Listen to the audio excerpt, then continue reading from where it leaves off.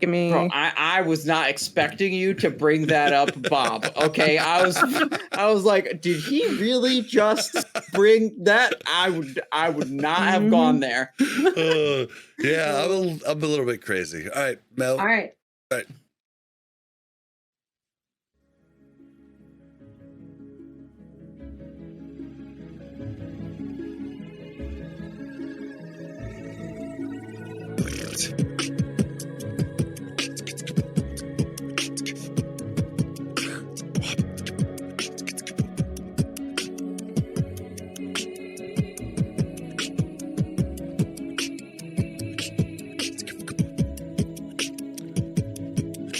Welcome to Warcraft Reloaded, a podcast brought to you by Mash Those Buttons, covering World of Warcraft Classic and its community. I'm Bobby, also known as Blazin' Bob, and after a 3-week hiatus, we have Mel, aka Melarina, back. Welcome back to the show. Thank you.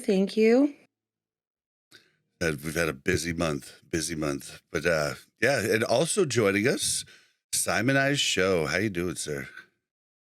Hello, Bob. Thanks for having me back on the show. Always love to do these with you. Happy to talk some World of Warcraft today.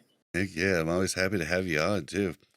And we have Vendetta __ TV for his Twitch. But what's up, Ven? It's the first time on the show. It's been a crazy week, but I'm glad to be here. Appreciate you guys having me. Yep, appreciate you coming. Ven's in Swamp with us and streams regularly too. Hangs out with me a lot, does a lot of PvP with me, raids with me here and there too. So thought we would get him in. People have liked the, like having more faces and not just always the same creators. So it's always good to get a mix of opinions outside of our echo chambers. So always good to have. All right, we're going to, the show is going to be jam-packed today. We're going to start off by thanking our tank patrons in Croxford, Turtle Whale, and Braxton. And mention we stream the show live on twitch.tv/BlazinBob. That's BLAZZIN_BOB. Actually, there's no underscore in the Twitch. We are, once again, I have a few more spots in my Warcraft Rumble Guild. If you guys want to join that, it's WCR space podcast. Few spots left. We just ask that you do the things that give other guildies things. It's really not much to do, but that's all that we ask. And then, we're going to start out with the comment of the week. Then we normally would go to voicemails, but unfortunately we didn't have any this week. But if you want to send one for next week, it's 816-866-1066 or speakpipe.com/Warcraft Reloaded. Then we're going to talk a little bit about what we've been doing. We're going to hit the news. There's a bunch of it. And if we have enough time at the end, we're going to kind of talk DPS, balance, ideology. That's going to be the show. And so start off with the comment of the week. Okay, so this is from Exius_wow on YouTube, and he's actually the same guy that built and basically made my Discord server what it is. He built Sarth's. He's built a lot of different people's Discord servers, so he's a good guy to get in contact with if you want to have him build yours. It's a lot easier when you know somebody that just knows how to do everything instead of having to struggle through and try and make it on your own. So definitely a damn good guy to get a hold of. But his comment is, I think world buffs and getting them is fine, but I think the unreliability of them is what the problem is. If it's a scheduled drop thing, once unlocked, I think that would be the best system. But having to sit not doing anything, hoping for a world buff to drop is horrible on less populated servers. He says it sucks. I kind of changed that a little bit. But yeah, basically, we had to talk about this from another comment last week. There was a lot of comments actually saying about the same thing. Like they didn't want to return to Season of Discovery. One of the biggest reasons was world buffs. And anybody that says they're not required, well, you know, almost any group you hang with you're going to end up getting them because half the raid's going to get them, and it just happens. You're going to end up getting at least some of them, and it's just kind of the way it goes. Blizzard has made a recent change in Phase 4 that's really cool. The cooldown on the boons now is 5 minutes instead of an hour. Mm-hmm. That's huge for... That's a big difference. Yeah, being able to reboon. It's huge for being able to just, go get all your buffs in one sitting rather than being like, all right, I got Songflower now. I've set an alarm. I'll get back on in an hour and grab my next one. Because you don't want to lose any minutes. And, at least the new ones they put in, they didn't make magic. So... you can't get dispelled on most of them. I think the only things that left in the game will be Dire Maul you could have dispelled, and I don't know if Ani's magic or not. I can't remember. But that and Songflower. Yeah, I think there's a lot of... I feel like people are thinking about world buffs when it was original vanilla, right? When you had to get them all. You didn't have a boon. You had, and you could get dispelled, and almost all of them could get dispelled, right? So... they were much worse, in my opinion, then. I felt like there was just a lot more pressure, and the timing of it was so much more crucial. And then you couldn't log in if you already got your world buffs for the week, right? So I think the boon has changed that a lot. I also think the boon having a 5-minute cooldown makes it so that you can have your whole raid reboon while you're progressing through a boss, and then unboon when you feel like you've got the mechanics down. I don't know how much progressing there's going to be, but you can unboon when you feel like you've got the mechanics down, and then give it a real world buff shot, as opposed to kind of going in blind and losing your world buffs and then feeling like you're kind of dead, 100%. Yeah, absolutely. I think that was a really recent change of I don't think it's on the live servers yet, even just on the PTR, that the chrono boon is now 5 minutes cooldown. And for me, I'm a WoW content creator, I can plan my day around. I can be like, okay, I'm getting my Songflower. Now I'm going to go work on this other thing. And then I'm going to get my this buff. And then I'm going to go work on this other thing. And when it was a 1 hour cooldown, it was such a hassle. Mm-hmm. And, the introduction of the boon to begin with, which is not new, but that changed it significantly compared to what Mel was saying in the old classic era, made world buffs one step, much easier, and reducing the cooldown from 1 hour to 5 minutes again makes it much easier. But it is still, a repetitive chore you do every time you go to a raid. I wouldn't say going and fetching a Songflower buff is particularly interesting. But I like unbooning a highlight of my buffs. week, Simon. Yeah. Unbooning my buffs, that part's fun. That part feels good. 6 rogues sitting there waiting for you to unboon. Yeah. You're just dead.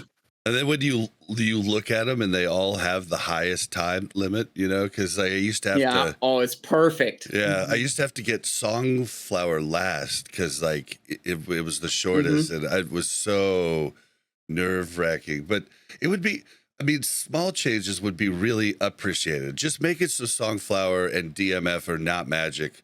Then you have to die. And I always respect people that kill me with my buffs. Okay. So that's okay. But when as a priest healer, I do not respect that. Yeah. Well, just so you know. When a person just reses and gets 1 or 2 dispels off, I don't think that's cool gameplay at all. I think that's, lame. But if we have to, it was cool back in the day, everybody flying out at once because we didn't want to lose our world buffs. So you had the huge string of griffins or waverns just flying all together. That was some cool stuff.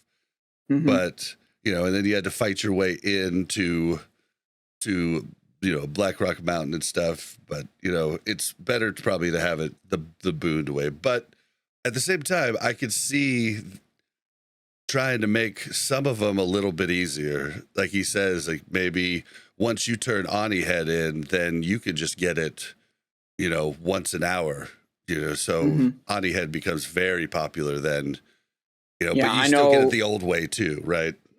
Yeah, I know on Crusader Strike, when I'm trying to get world buffs for my raids, I could be sitting in Booty Bay for a while before anyone happens to turn in the scapula thing to get the Fervor of the Temple Explorer. Yeah. And it's like, I don't know if that's going to take me 5 minutes or if it's going to take me 50 minutes before someone does that. I could be sitting around for quite a while. Yep. When you procrastinate and you do it right before raid, it happens very quickly. Let me just tell you. Oh yeah, every time. I've never had to wait more than like 3 minutes to get that buff. But I also feel like I think there could be a happy medium, because I don't love the fact that I would have to set my watch to like get on at a certain time to make sure that I get the world buff. And if I miss that time, like, I don't know, I don't love that. But maybe they could do it where it's like it drops every time somebody does it, but it also drops once every 3 or 5 hours or something too, right? Yeah. So it's like a time drop is nice. That'd be nice. yeah, so it's like this and make it long. Like maybe it's like every 6 hours or something. It like automatically drops. But in between there, if you didn't get it during that automatic drop, you can get it anytime anybody turns it in. Yeah. Another suggestion I saw to alleviate that frequency problem is make the quest that drops the buff repeatable. So like maybe everyone in your raid already has your scapulas or whatever, so you're just rotting them on the boss. Let people pick them up and turn them in again. Don't give them an extra ring or an extra reputation or an extra whatever, but make it drop the buff again. So then like nice. every time you're clearing, you're still getting extras. I know, I'm not sure how big of a problem that is in Season of Discovery, but I remember that being like this tremendous problem on the Classic Era servers toward, when those started getting old. Is like we didn't have people left who could turn in Oni heads or War Chief's Blessing buff, because like we had all these players, but like we didn't want to level up a whole new character to make that buff happen. Yeah, Classic Yeah, Era that is is a probably big problem. rough. Where I still play it. It got it's pretty rough in Nax because I remember having 2 alts that I was just saving the head on for just an emergency where, I wasn't able to, get on, and a bunch of people in the guild weren't able to get on, and then I could drop it for the guild. And it came in handy a couple times, but that kind of sucks. You can't go turn in, get your loot or anything. It's kind of a bummer. Yeah.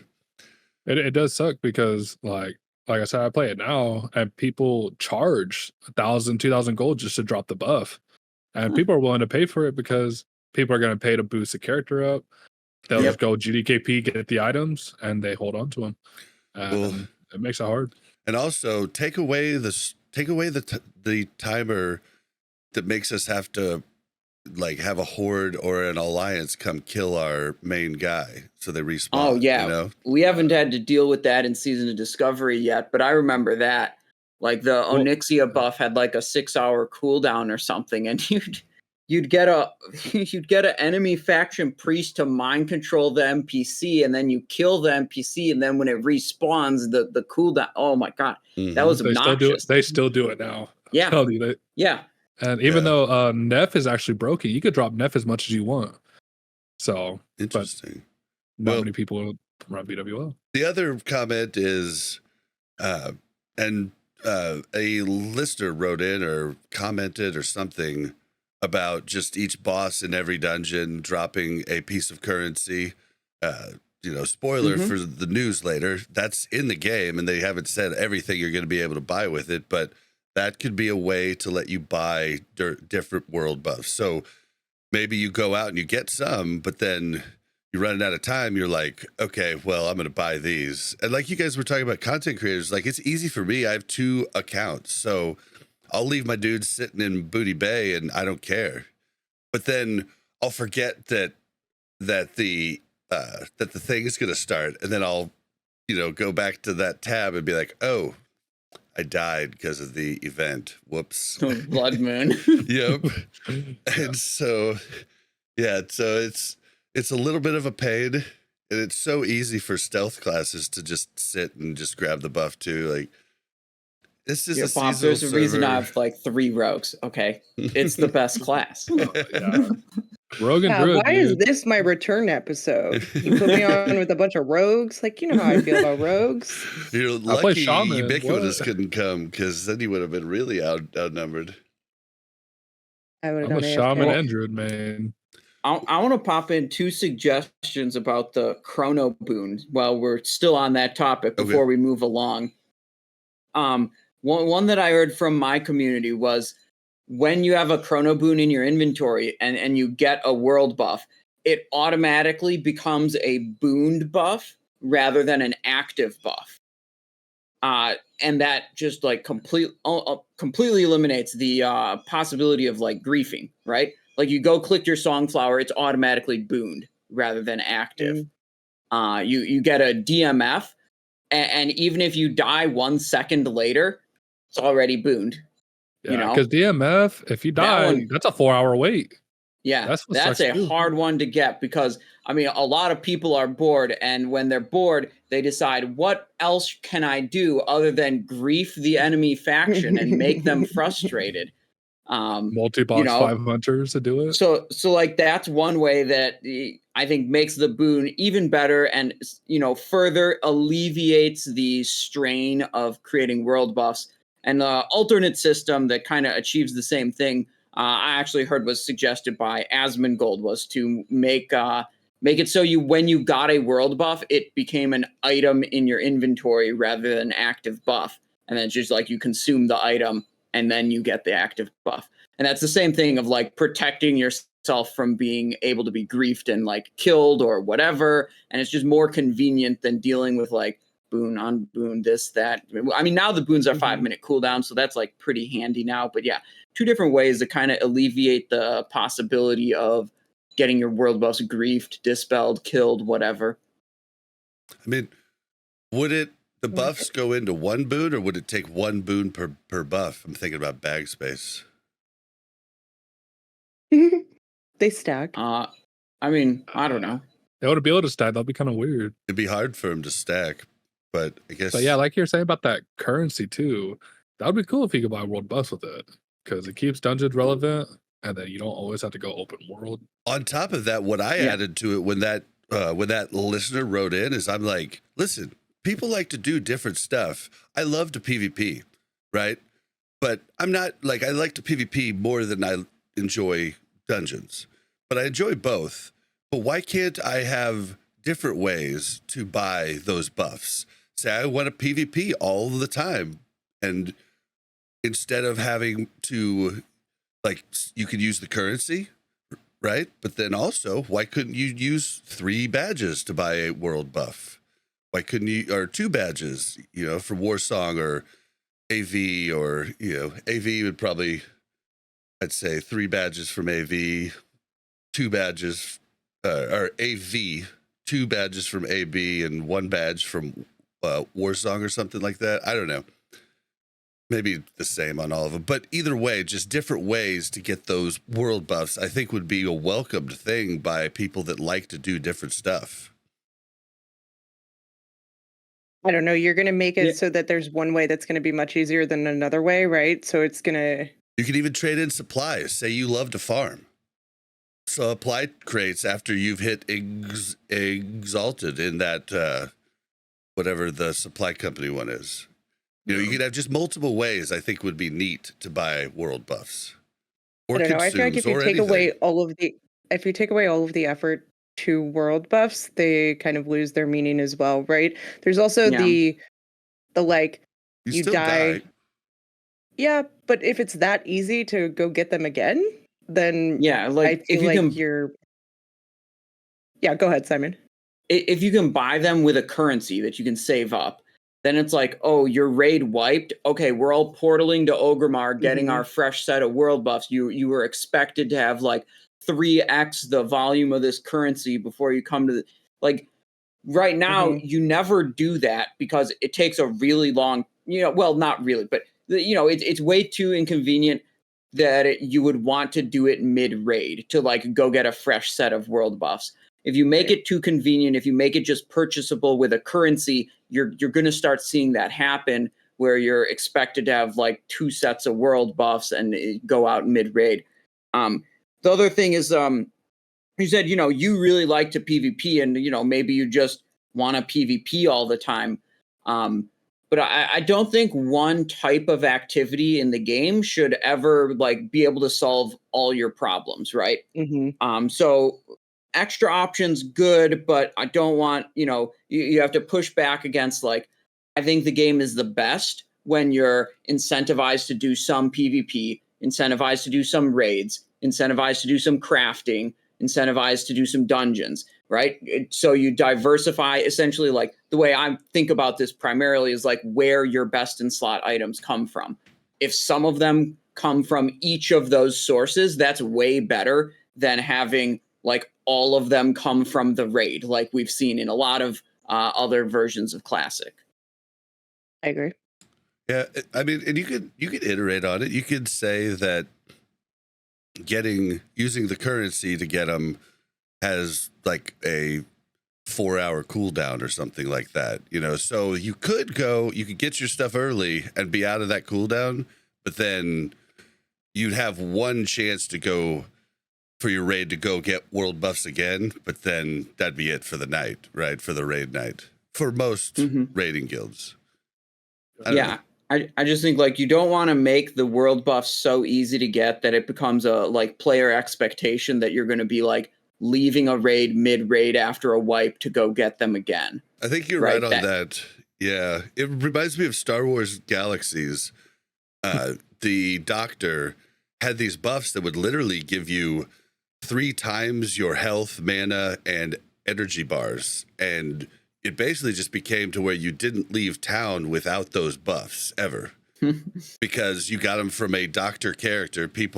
I made a second account that just had a doctor, but doctors would sit there and there'd be a line of people waiting to get their buffs, and they would pay the doctor would give them their buffs, and then if you died, you went right back to town and got the buffs. I mean, because it was absurd. It was like the power of a like all the world buffs, it was like 3 times your health is huge, mana and everything else. So that's kind of interesting. You don't want to make it too easy, but also I just think there's a lot of people that are gonna look down on the buffs, and I know everybody. There's the people like Arcos, who was on last week, who just are real pure vanilla players, and they just think, if you're not going to put in the work, don't do it, and it's fine. But I don't think the people believe it's fine to not have the buffs. And I don't know. I just think for this seasonal server and to get people back in, something's got to change a little bit. Yeah, people don't like to feel behind or feel like they're not competitive, Yep. And it's like, you can clear the raid. You could clear every raid we've had in Season of Discovery, and probably every raid we're going to have in Season of Discovery without world buffs and probably without consumables too. But that doesn't mean like pug groups you're joining aren't going to expect you to have those things.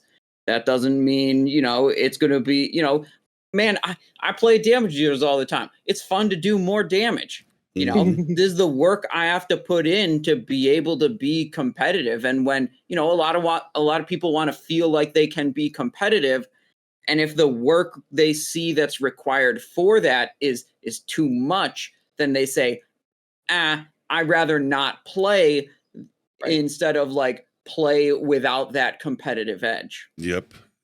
And and you see it also sours the mood of so many people when you put in so much time.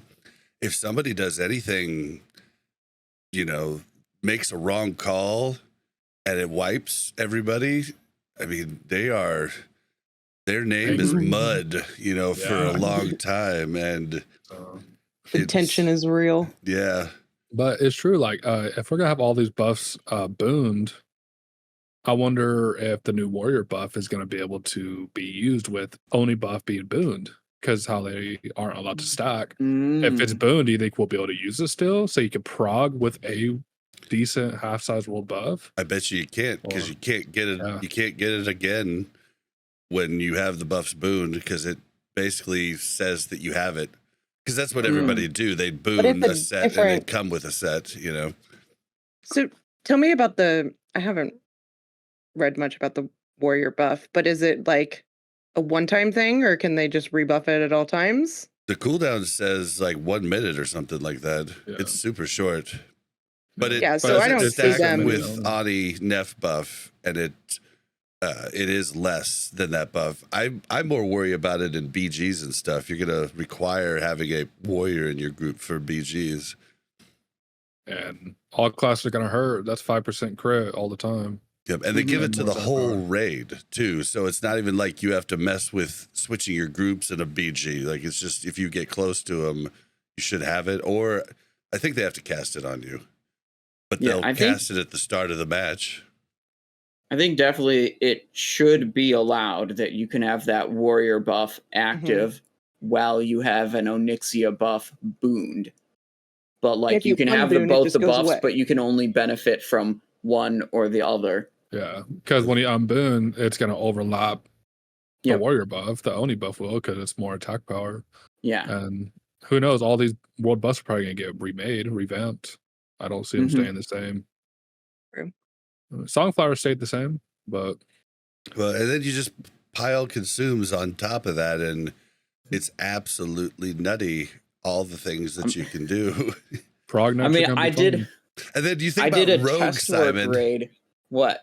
Well, just I played Warrior in in 2019 vanilla and Rogue prior, but in the real vanilla, but we didn't mess. We were progging all the time. We didn't mess with world buffs at all. But thinking about all the buffs now that I need as Rogue, I need caster buffs too. For freaking poisons. It's absolutely nutty that Dire Maul buffs are coming in. Yeah, the Envenom that's like such a good finishing move they gave to rogues. For some reason, they said, Envenom's going to scale 1-to-1 with spell power. Enjoy buying your Flask of Supreme Powers and your Greater Arcane Elixirs, rogues. Mm-hmm. But that's still better than having a them. 1200 stand or 1200 health from Flask of what is it called? I mean, it's more damage. Like, if you can get away with the less health, then you take the more damage. But, like, if you're in a danger situation, you might want the 1200 health from the Flask of the Titans. Yeah. Which ended up being, like, the default in Classic Era anyways. You want to protect those world buffs. I always thought about, like, my defensive consumables in Classic Era. They're not about, like, helping the healers or anything like that or helping the team. They're the selfish angle of, like, I need this so I have a less chance of losing my world buffs because it's over as soon as that happens. As long as I don't wipe the raid, I don't care. Do you use defense consumes on your rogues in raid right now? I use like fortitude. I use fortitude, sometimes the armor one. I mean, I use the resist ones all the time. Like I'm pretty much when I'm in Sunken Temple, I've got a shadow and a nature one on at all times. Like as soon as it runs out, I put on another one on, and I'm just constant have it on. So I do not want to lose those world buffs. Yeah, I'm usually bringing a nature protection potion. That's like the only one I almost always use. I use it for Rot Slime, and then I'll use it for Shade of Aranicus and Morphos as well. My one thing that happened to me once, I was trying to pump extra damage, of course, right? And I was using that alchemy potion from Nomergon, the one that gives you like a little temporary attack power bonus. And it was like, I used it at the start of the fight, and then we're on Shade of Aranicus, and it's over 2 minutes, so like came off cooldown. And I'm like, all right, it's right at the end of the fight. I can get one more, potion use in. I'm going to pump some damage. I press it, and like 1 second later, I get hit by an acid rain. And it one-shots me because I had the potion active, because that potion makes you take double nature damage. It has a bunch of negative effects, actually. It doesn't list on the item, which I think is stupid, but that's one of them. So I pressed it and immediately died. And it was like an overkill of like, I don't know, 200. So I definitely wouldn't have died had I not pressed that potion. Which is, I don't know, you got to go for it. Wow. Had I had like a greater nature protection potion on top of that, maybe I'd have lived. I don't know, whatever. That reminds me of that Nomer boss, the electricity one. Electrocutioner. Yeah, where they had to fix the cheese of the person being targeted hiding behind a pillar. Oh yeah, I remember that. That was great. Yeah, to fix it, they're just like, all right, we're gonna make the boss hit like 10 times harder if you hide behind the thing. And just all of a sudden, like, we're taking overkill of like 100,000 damage. I was like, oh, that's how they fixed it. Okay, well, little lazy, but definitely only happened once. And I was always like, no one hide out of sight, line of sight, please. Yeah, no more cheese and straws. I like that. I hate when stuff gets cheesed. It's kind of takes out the integrity of the game. Yeah, I just didn't. I guess I did. I missed the post where they said how they quote unquote fixed it. And we lost our world buffs that day. I was happy to do that cheese on that boss for that mechanic, because I felt like that mechanic was like on such another level compared to all the other mechanics we've been dealing with in Season of Discovery. Like it requires such a higher level of coordination than anything else. I was like, this is stupid. I'm happy to cheese it if I can. Because like, man, it was so ridiculous. I'd been in multiple pugs that just stop on that boss because like every single person in the group needs to understand what's going on with that mechanic and be like constantly aware of it. And one person out of position can screw it up and kill other people. And it's like so difficult to get it through people's heads to understand. Like, it's a fairly complicated mechanic. It was way too high of a bar, if you ask me. Well, and you could, for mechanical complexity, if you had two people, for Season of Discovery standard. Yeah, well, if you had two people that knew exactly what they were doing, they could move in and out and control the whole thing. But then they could, assuming everyone else stayed where they were supposed to. And then like someone else could get like the like lightning charge thing that forced them to move off to some random spot. And, you know, hopefully they don't go too far, like Mel says, or like there's the AoE knockback pulse and you hope everyone goes back to where they're supposed to be after the AoE knockback pulse. Like all these things like piled together on that boss. I think that boss, Electrocutioner, was like the biggest mistake boss that they've put out so far in Season of Discovery, if you ask me. Yeah, well, the Menagerie was my least favorite. Oh my goodness. Oh yeah, I hated Menagerie, dude. Whew. But yeah, well, thank you for your comments. Spurred some talk. I think the world buff discussion is gonna get hot and heavy very, very soon. But let's just move on.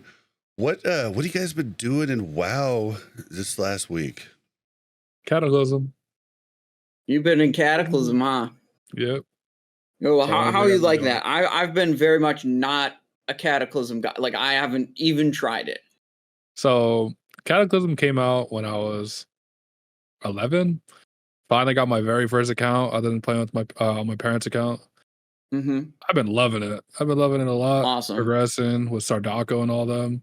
It's been so much fun. Seen some of Sardako's videos on YouTube about Cata stuff.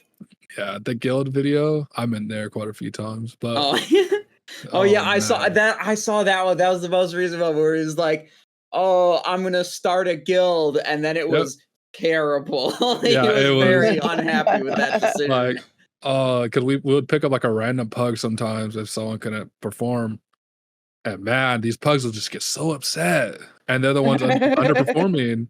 Like, I'll just laugh, dude. We'd be going for like 9 hours progressing. Like we do 25 for like a few hours, and like, all right, we can't do this. Go to 10, progress for 6 more hours, and it was, that's crazy. That's so many hours.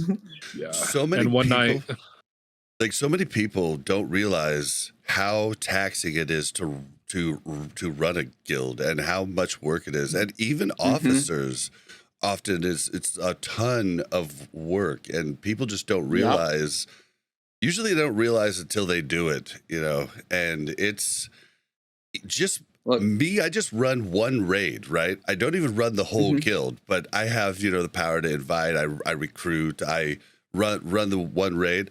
That takes a ton of my time.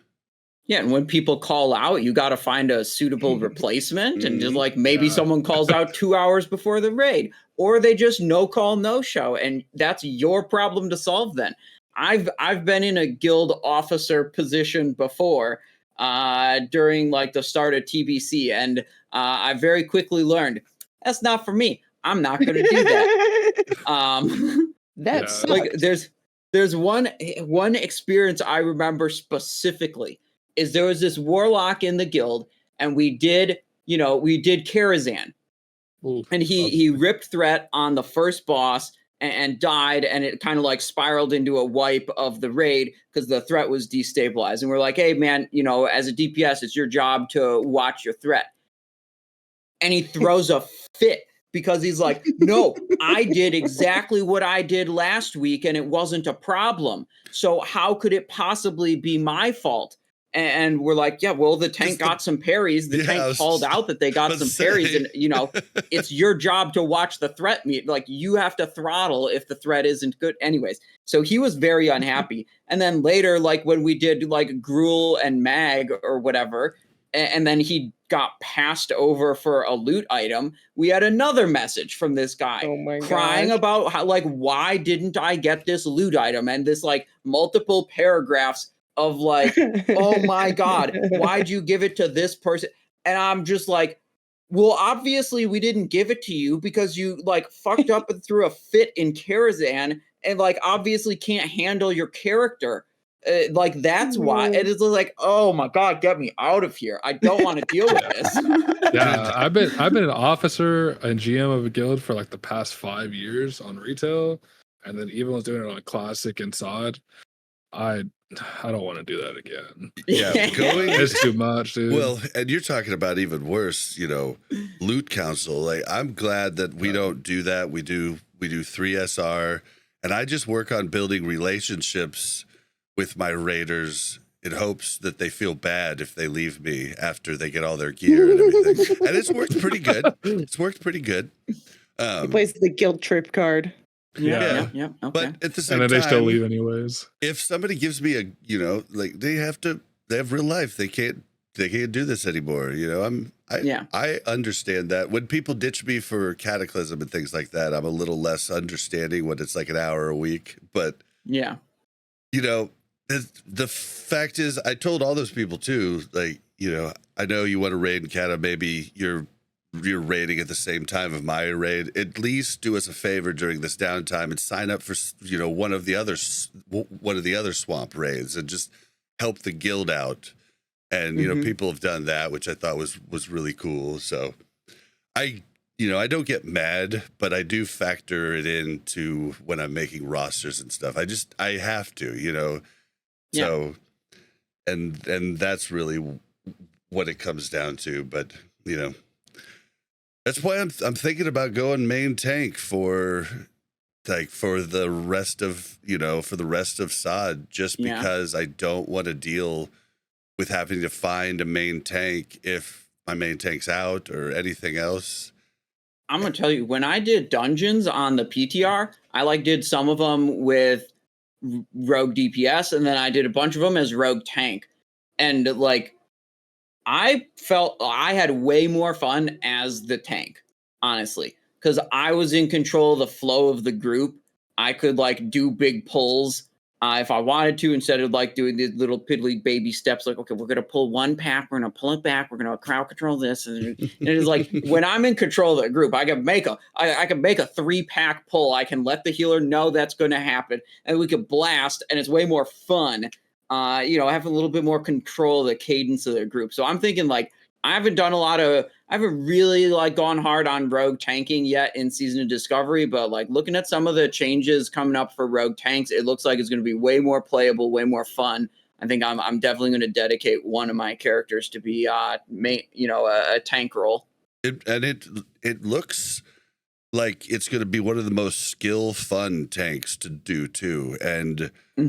And that's what I loved about the warrior in Wrath. I tanked all the way through. I tanked all the hard modes. Well, not all the hard modes tanking wise, but most of the hard modes in Ulduar as a warrior tank, which was bad, but it was GDKPs, and and it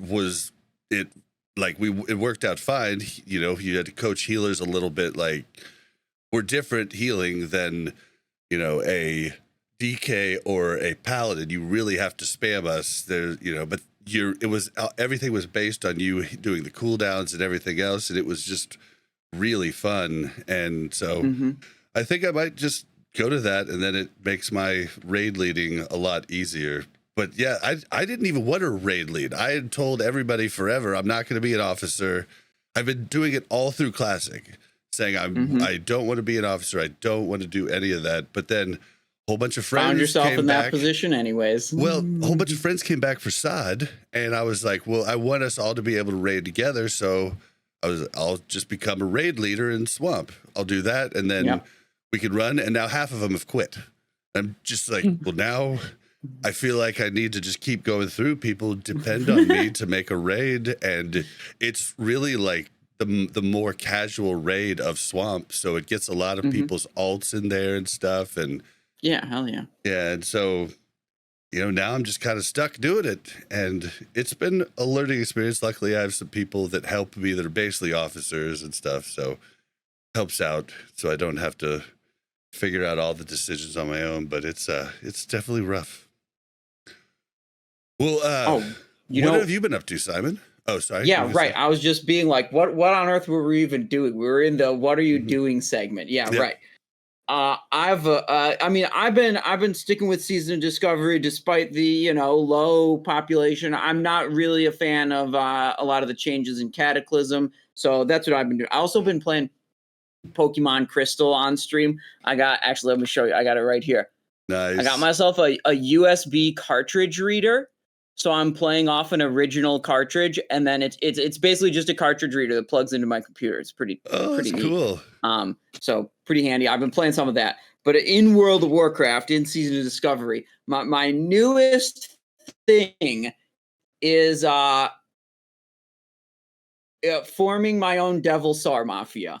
I started just farming Devil Sars in Ungoro, thinking that like Devil Sar might be good. We don't know, 100% of the details of the new crafted items. I'm like, okay, now's the time to farm these, because if they turn out to be good, once that's like confirmed and everyone knows it, well, then this area is going to be swamped and it's going to be much harder to farm them. So anyways, started farming some Devil Sars, and then like other rogues, without me even asking, were showing up in Ungoro to help me. And it just became this like natural thing of like Simon Eyes logs in Ungoro, and then like 3 other rogues log in Ungoro to help me. And then I actually got Alliance people helping me too. And I've now this, every time I'd farm with multiple people, I'd do an even distribution. I'd have someone smuggle them across the border to like give the Devil Sar leathers to the Alliance people that were helping me. And most recently, I've been had someone that was very upset that another Horde player was very upset that my Alliance goons killed them while, and then took their Devil Sar. I get it that some people might not see that as like the most kosher type of gameplay, colluding with the enemy faction or anything like that. But like, this is a RP server, and I'm RPing as a mafia boss, okay? And frankly, distributing the leather again amongst so many people actually just makes the farm inefficient. It would be, if all I cared about was getting the leather, I wouldn't be like doing this. I'm doing this because it's fun, having a trail of like 8 people follow you around Ungoro, and whenever you see anyone else fighting a Devil Sar, you got 4 Alliance dudes with you and 4 Horde dudes with you. You got someone who can stop them from killing that Devil Sar, and then you take it. That's great. I don't know, it's been a blast. I need to come do that with you. I might have to bring out my shaman one time. Mm-hmm. That's great. Oh man. Well, I need to jump on and do that with you. That'll be really fun. Sorry, I was a little distracted. The stream started taking a dip, but it seems to be completely good. I killed Chrome and reopened Chrome. It seems to be good again. Sorry, guys, there in the chat. So Mel, are you there? What have you been doing? Because you've been doing some new stuff. Okay. Well, I will go. I had been kind of taking a hiatus besides raiding.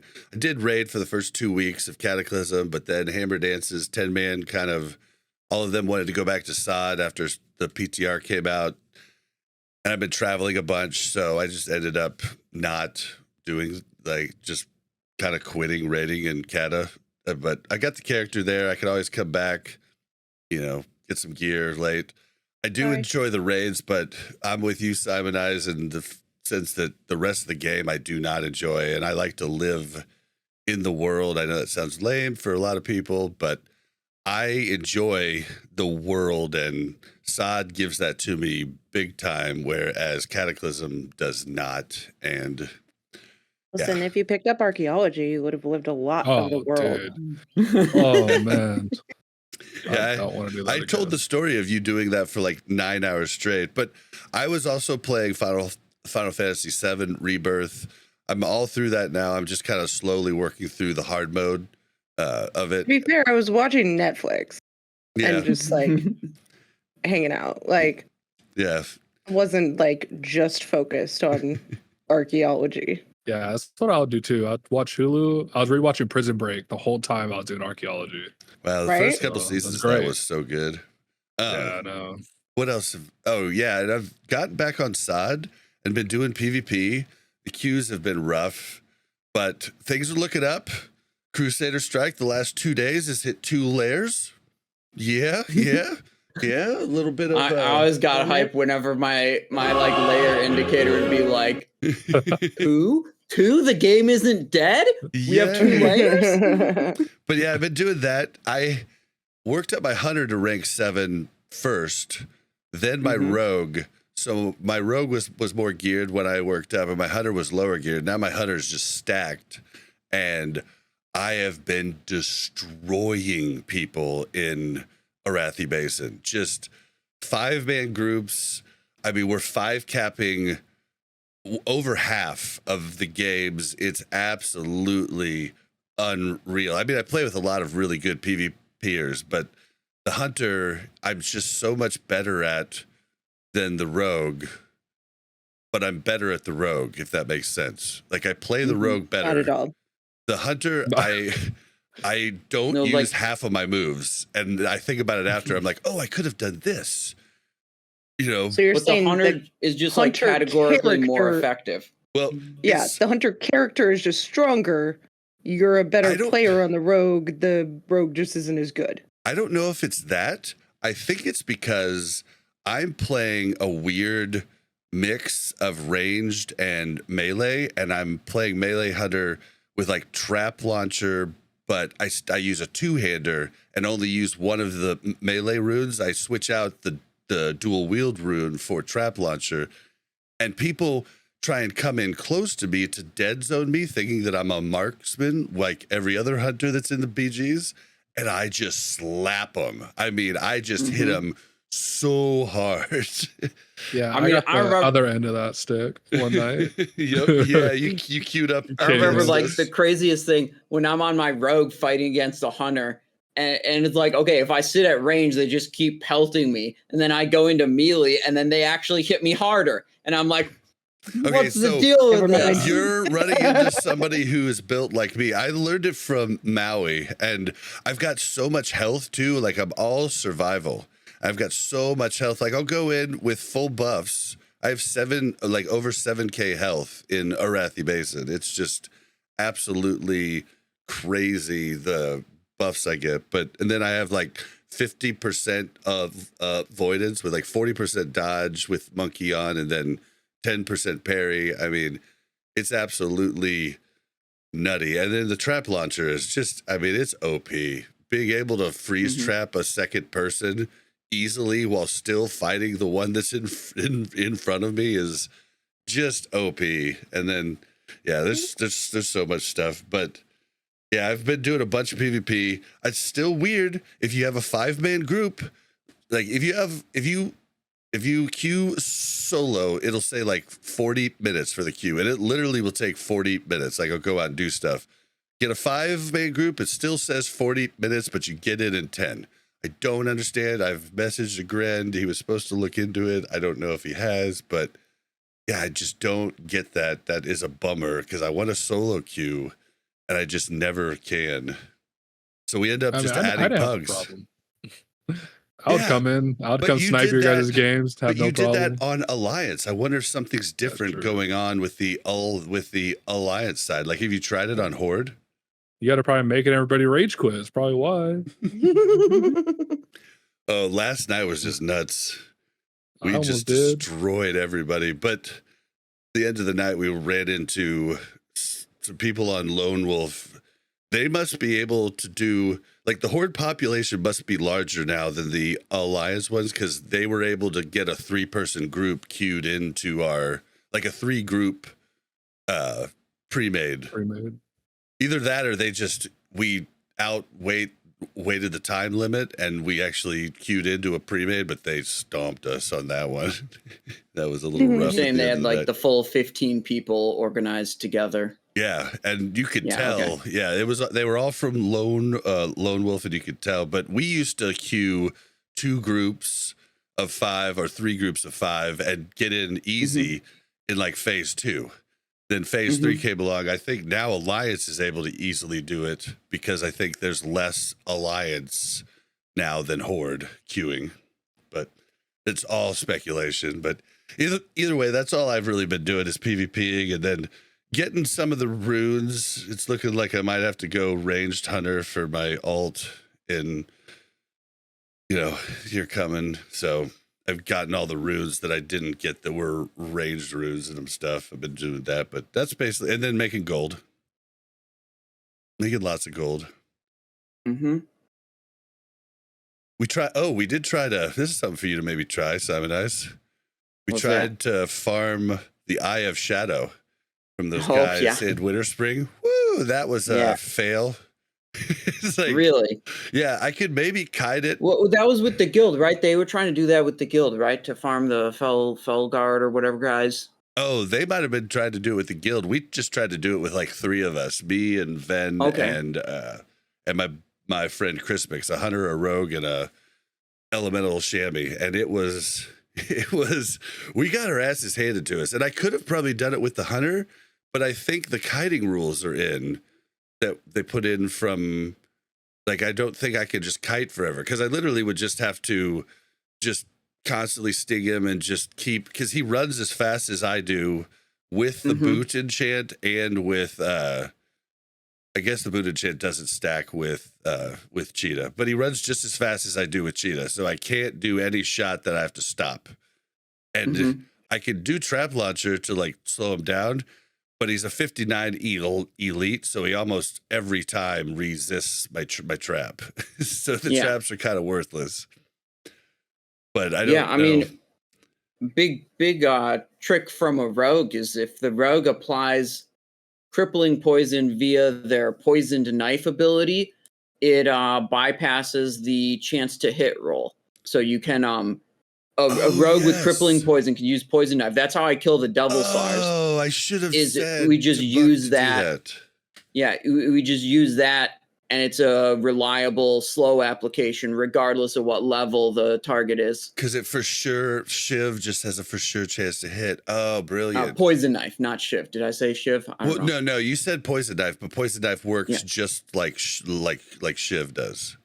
Well, Shiv is melee, so it makes it dangerous. Yeah. Whereas true. poison knife is 25-yard range, where you don't get one shot by the level 60 elite. But it's still the for sure application of one poison, right? I'm not sure if it has the same like bypassing chance to hit roll mechanic that poison knife does. Oh, I thought it did. Okay. Well, I know it was your offhand poison for Shiv. That's how it was in Wrath. Yeah, same with poison knife. Poison knife is basically ranged version of Shiv, but like I don't know if the like finer technical details of it are the same. Okay, cool. Well, Mel, do you want to talk about what you've done this week before we just quickly move on? Sure. You did something you almost never do. I've been traveling a lot. I feel like I did not. Oh, I PvP'd. It's not that exciting, obviously. It was fine. I didn't die a ton. I got very annoyed because people kept running away and leaving me at bases all by myself. Oh no. Listen, I'm a freaking priest. Like, what am I gonna do? Like, they're gonna come up. I'm gonna shield. I'm gonna be able to, do one thing. And if nobody's around me, I'm dead. You As long as call it's for not a help rogue. and hope the help shows up before the enemy player kills you. Yeah, just fear them and disperse. You're good.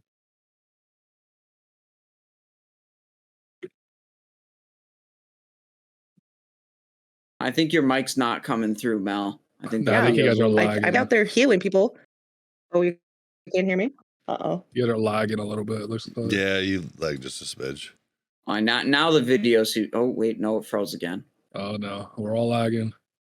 The stream's Uh-oh. still good. You guys aren't lagging. Oh, now you guys froze. I'm looking at Discord right now. Yeah, The Discord that's like good. group call. Oh, there she is. She's back. Yeah, it looks like it cleared up. Okay. All right. Maybe. Okay, you should be back, Bill. Okay. Oh, no, you can close down Chrome. That's Um, what I did. You close it down and then kill it in the Task manager. the task manager because it still keeps it open. I have to this happens to me on stream every once in a while. It's always Chrome. I don't know what the deal is, but I just kill it and I close it, then I kill it in task manager, and then I open it back up and it's fine. Oh, sorry, everybody listening. Okay. Okay, yeah. So, yeah, you PvP'd, you had a good time, but you still don't want to do it ever.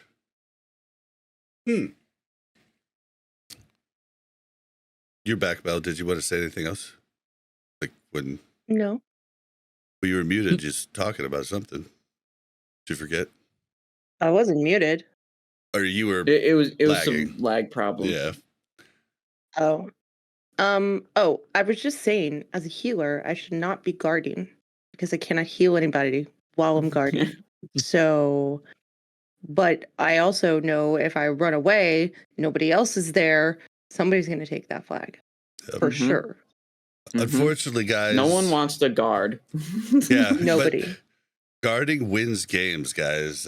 I do it Yep. all the time, but also there are, I think the best class to guard is Hunter. I think Warlocks are amazing to guard. I think Rogues are really good to guard. Anybody that can mess with like 2 to 3 people and CC and hold out, you're not trying to kill them all. You're trying to hold out until your team gets there, and that is the biggest thing for guarding. And hunters have the traps, they have their pet that's extra, they have a lot of different CEC. Rogues, same thing. They can blind, they can sap one that's coming in, they can, lock another one down with something else, and then locks have all kinds of different ways to do it. What's another one that's really good at guarding? Bear. Yeah, bear, especially if melee attacks. Any tank is pretty good guarding, honestly. But yeah, it wins games though, guys. It really does, because you guys that leave bases, I mean, if you leave just one person at a base, as my rogue, I can come in and easily take that base fast. I do it all the time. That's the only thing my rogue that I excel at, is just stealth capping bases. And then I can hold you down till my team gets there, and that's bad. But then if you leave it unguarded, I mean, anybody can just walk up and take it. And yeah. Well, look, Bob, you got to understand, guarding is lame. Okay, it's that simple. Yep. I want to run at the enemy faction and kill them. Yep. I remember I was in a Wrathy basin and I was guarding, and I was like, I didn't know why. I don't know why I did this in hindsight, but I was like criticizing one of my teammates because they like left a base when they were the last person there. And I was like, hey man, like you shouldn't do that, because then we're going to lose that base. Like we need to, if you're the last person there, you shouldn't be leaving it. And then the guy responds to me in Battleground chat. He's like, oh yeah, obviously the guy with the least honor kills is the one complaining. What an idiot. You're and I'm is like guarding. flexing how many honor kills he has in the Arathi base. It's like, yeah, dude, I've been guarding farm the whole game because literally no one else was willing to do that. Yep. It is like that. You Yep. got to understand, Bob. Guarding is lame. News, But honorable kills news don't flash, matter. guys. Your kills and your killing blows don't Mhm. matter. I'm sorry. I mean, they do matter in a sense that like you do need to kill more than they kill you, but the real MVPs are the healers and the guarders, and those are the real MVPs. My It's killing still- blows matter. Still doesn't override the fact that guarding is lame. It is Just it- saying. You're not going to we win this all hate argument. it. Yeah, we all hate it. I mean, I hate it. That's why it's cool playing with like a group of 5 people, because we'll kind of like trade off for each other. You know, maybe Mhm. somebody wants to make a coffee or wants to make a drink or something, and they can still, you know, see, you know, their monitor from there. And like, I'll guard for now, or I'll do, you know, and that's why it's nice to play with like a group of 5. And you Mhm. can kind of take turns doing that shitty job. But what else? Oh, we also pre-quested. So I don't know if this is a dumb idea. We decided to pre-quest. The what are they called? The incursions. Incursions.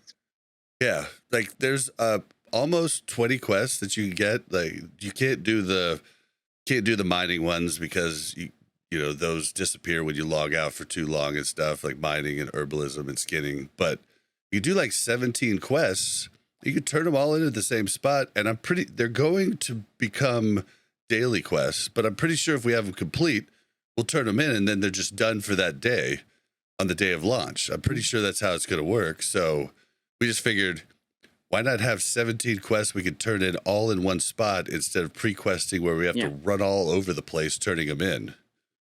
So yeah, that was our day. I did that in phase 2, where I did like a super min-maxed pre-quest stack, and it took like 45 minutes of flying around, turn this in, turn that in, pick this up, get that item.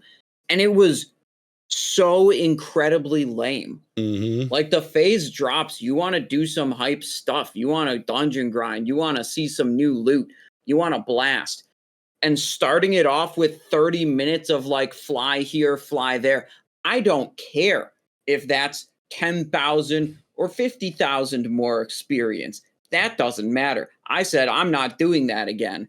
So the pre-quest strategy I've done for this phase, and I did for the previous phase too, was just like pick like 1 or 2 quest hubs that I can just get any quests that fill up my quest log. Like I'm not like min-maxing which one I pick, but I want to be able to finish turning those in like quickly 3 minutes. Yeah. And then go on and do something that's actually interesting. I'll say the pre-questing we did for phase 1 to phase 2 that Jordy and Only Black Smoke set up, those are fantastic. I mean, within 30 minutes of launch, we were level 28. Like those were fantastic because they found every single one that was just really great. And then you had a whole bunch of them that were in your bags, and they had built it so you could get a rested XP guide to like pull in, and it just walked you to each thing and then told you to start the next quest. It was great. But then the phase 2 pre-questing was just horrible. It wasted so much of our time. It was a huge pain in the ass, and it just was not worth it at all. And then, but I feel like this is the best pre-quest option. Just log out right there to turn in, right at Fairless, or at, I guess Alliance owns the other one, the other higher level one. Hinterlands, yeah. Yeah, because Horde, it was all Horde at the Fairless incursions. So I heard from people in our group that Alliance owns the other. You're lagging, Mel. Okay, is there a chance that I'm lagging again? Yeah, I don't understand why. Just close everything down that you can. Probably should have rebooted before the episode. Can you hear me now? Yeah, we can hear you. Seems good. Is there a chance that when they become dailies, they won't give us XP. I mean, No, maybe. No, I don't know. I thought it's set up to 53. It'll give us XP. They So, said, yeah, Oh, they said they it'll did still say that. give XP. Yeah, They said I they think would that's give crazy. XP up to level 53. But that's not counting if it's a daily, it doesn't mean we'll get XP. So never know. Yeah. Well, I'm just saying. yeah. I mean, but it's a pretty easy thing to get done, and if it doesn't work, it doesn't work. We'll get some gold, whatever, you know. Yeah. And I mean, now, to maybe segue into some of the other announcements, is one of the things they announced is, unlike the previous phases, the raids aren't going to be available right away.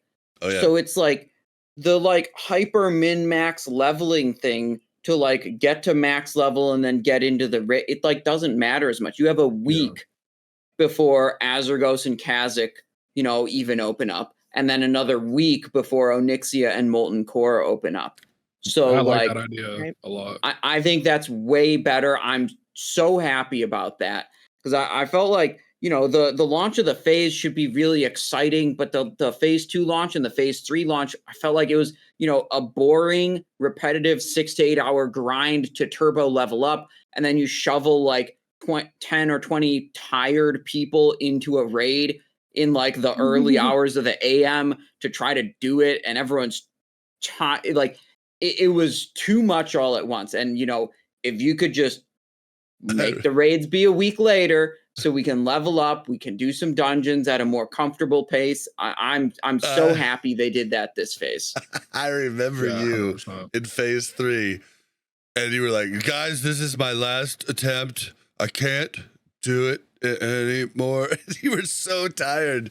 Bro, dude, I did a 20-hour stream. That was in phase 2. I was like, God. Okay, but that's my phase 2 then. guys, my brain stopped work. My brain's not working anymore, dude. I've been up, it was a 20-hour stream. I'd been up 24 hours or something, 26. I was like, I'm done. God. I can't do this.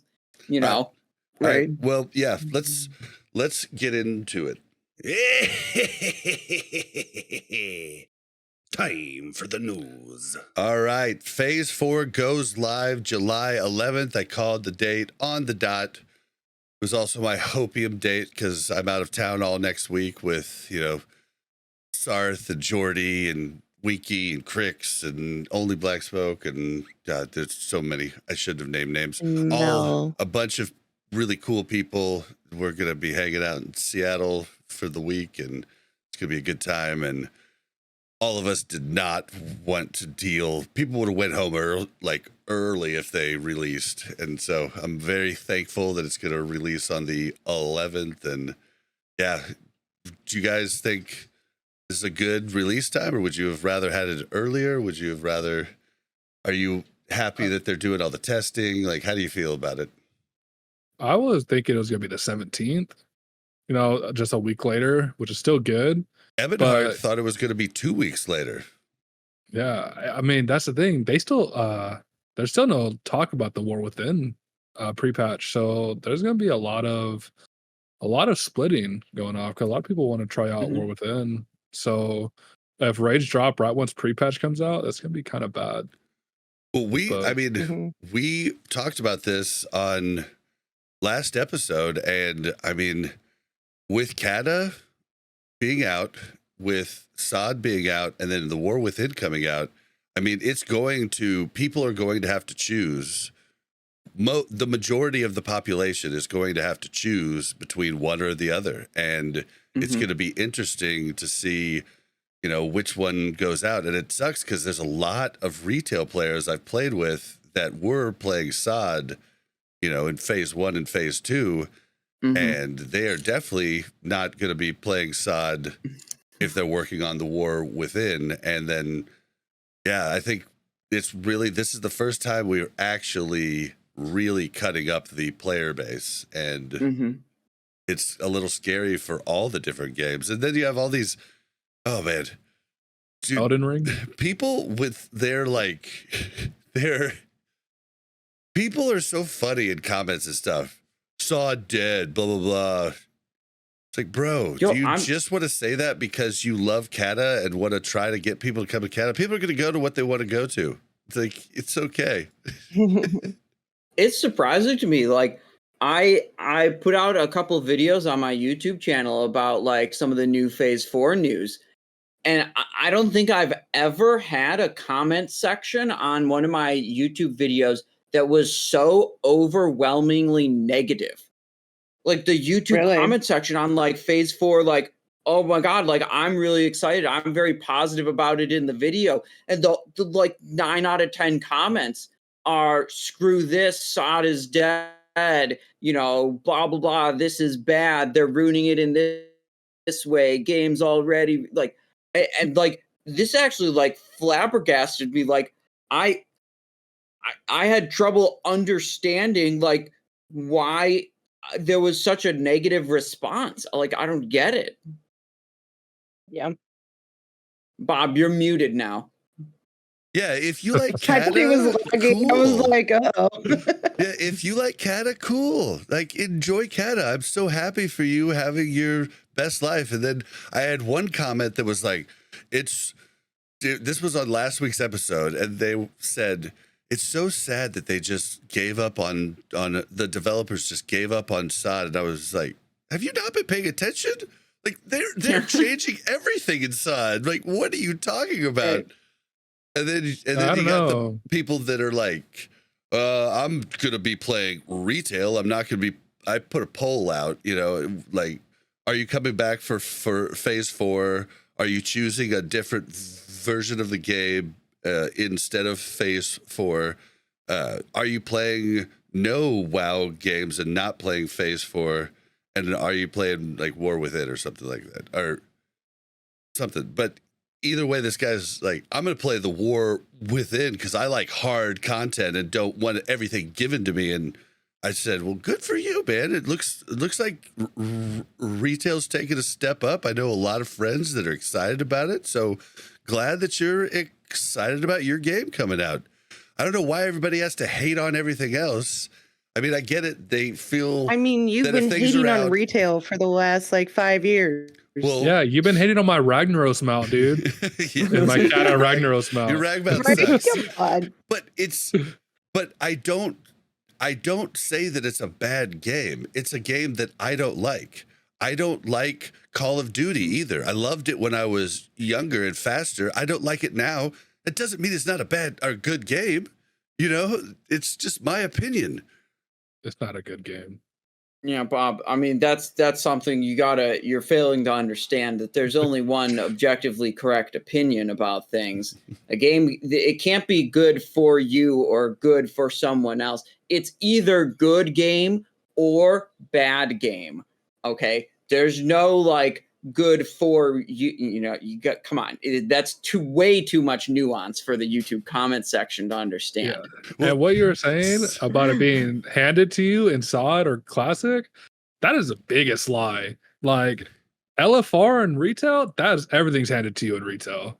Like, and people are just coping if they're saying it's the opposite. Well, yeah, people just buy everything. He was specifically, I'm assuming, talking about mythic rating and stuff of that nature, which is way tougher than anything we do for sure. But there is a funny comment, which is actually why I'm not as excited for Kata and haven't really been messing with it. But Rilix in chat says, I swapped a rogue for the first time in Cataclysm, and there's been a rogue authority content creator void without this hat guy around. It's harder to find good information. That's the truth. I mean, I had to read a text guide on how to play my Kata character, and that sucks. I need had to read. Oh my God. I need to be able to just have a Simonized video on. Hello?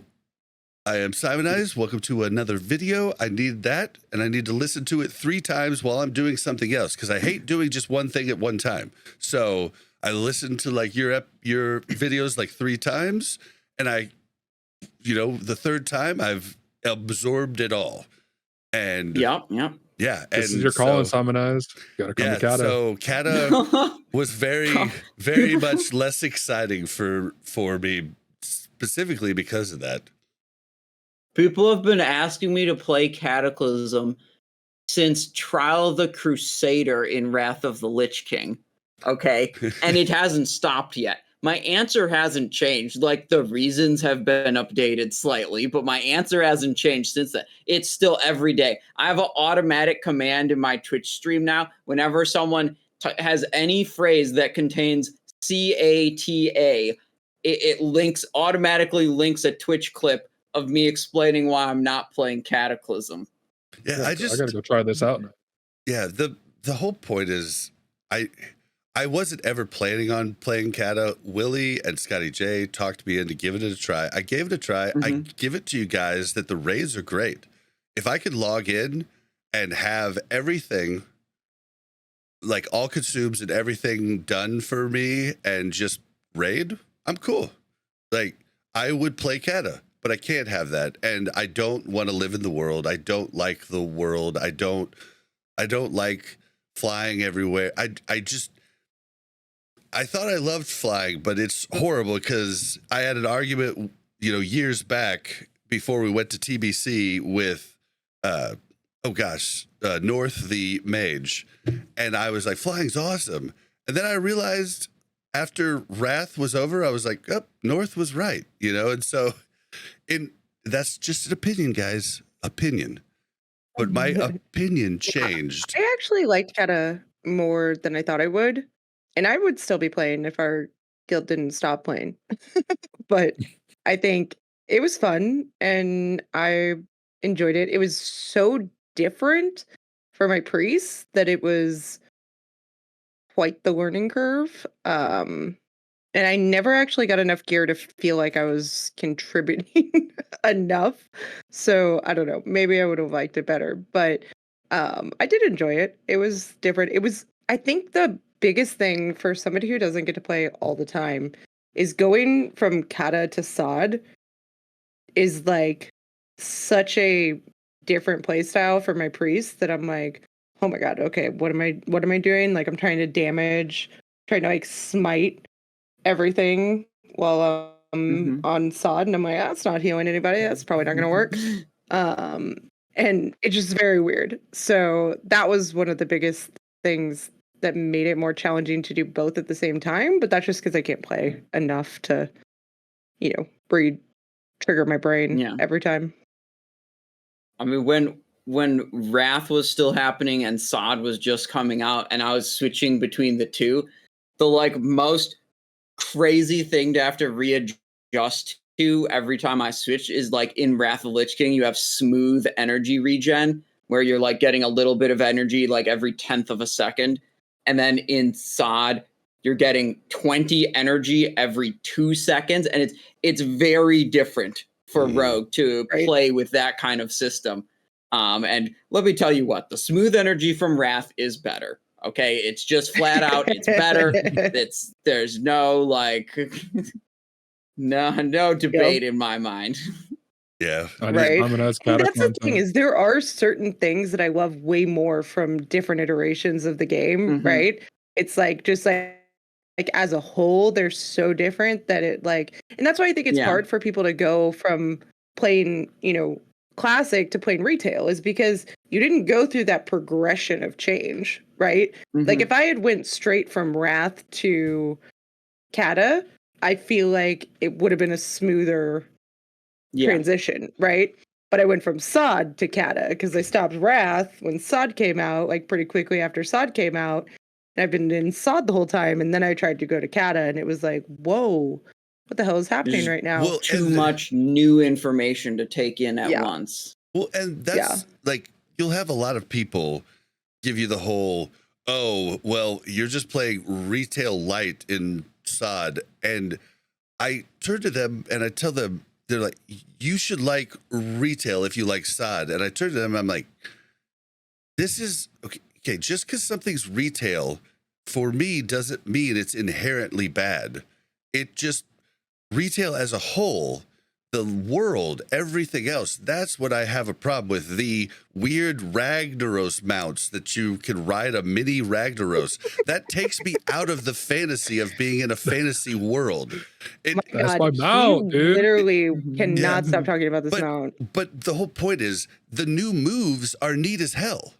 The new moves and abilities, like those are neat to me. And it doesn't matter that they're in retail. That part's neat. So I'm that's curious to where hear I'm from at. Vin because he plays retail, SOD, and Kata, right? So like, what is your take on all of this controversy? Honestly, I've been playing WoW for 20 years since I was a little kid. Yeah. I love all versions of it. I'll continue playing it. Probably, I always say I'm gonna quit next week, and then I never do. Lubes loves calling me out on that. Yeah. Honestly, people are gonna have their own opinion, and yeah, it's nice. SOD is a retail light. You know, you have all the retail abilities in there, but you have that classic feel. Like you're not Yeah, sitting here. the world's Yeah, there. you're not able to pull 5 mobs at once. Like you could pull 30 mobs in retail. Yeah, I mean, if you're a mage, you can pull as much as you want. We wanted to try some stupid shit because PvP queues were taking too long day before yesterday. So me, Ven, and Crispix traveled to Winter Spring and tried to farm, Eye of Shadow. And that was fun. But you wouldn't do that in Cataclysm. You might go to older content to try to solo different raids and stuff. And that could be really cool too. And pet battles, those haven't come in yet, but I would love to see those in Classic. Pet battles would be so fun. And it's, as long as you don't make it give you things that make you more powerful, it's just an extra little fun thing to play in the game. Those are fun, and so I'm down with those types of things.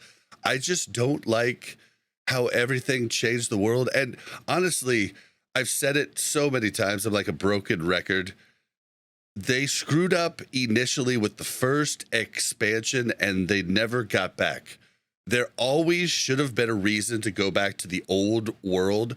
All new enchanter recipes in enchants, leatherworking, everything should have always required old world materials in addition to the new world materials. And then it would have made the old world still popular. And that's the biggest problem with all the expansions is they put you in a new box, and that box is the only place where you're actually doing anything worthwhile. And that's where the problem is. Less of an expansion and more of a replacement. Mm-hmm. Exactly. I mean, you get Karazhan, at least. Karazhan is in the old world. Love that. Yeah. You would go back for certain things. I'm just saying you could have seen the world still populated if you needed those old things for certain things. Yeah. They should have, they just, every expansion they made all the materials not worth it. Listen, that's a bunch of BS. All that would have happened is there'd be a whole bunch of bots in the old world, and nobody would want to go back to the old world, so they'd pay an arm and a leg to buy all the stuff off the auction house from the bots. Like, man, unless it was soulbound from the old world, there ain't no way you're seeing people mining back in Silver Moon.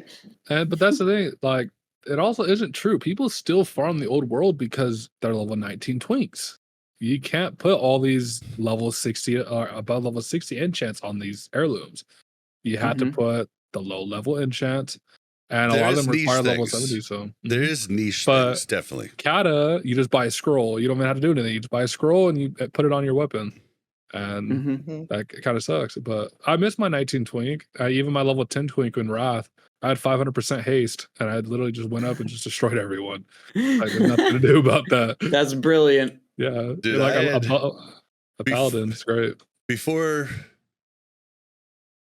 Wrath came out, I had some monster like level 29 twinks with everything, and they could even have Librams on their helm and the other piece pants. I think I even had the health Librams. I mean, it was wild fun. But yeah, but those all turned off when Wrath opened up, so it wasn't as fun anymore. But we do need to move on to some other stuff. So yes, let's move. Okay, so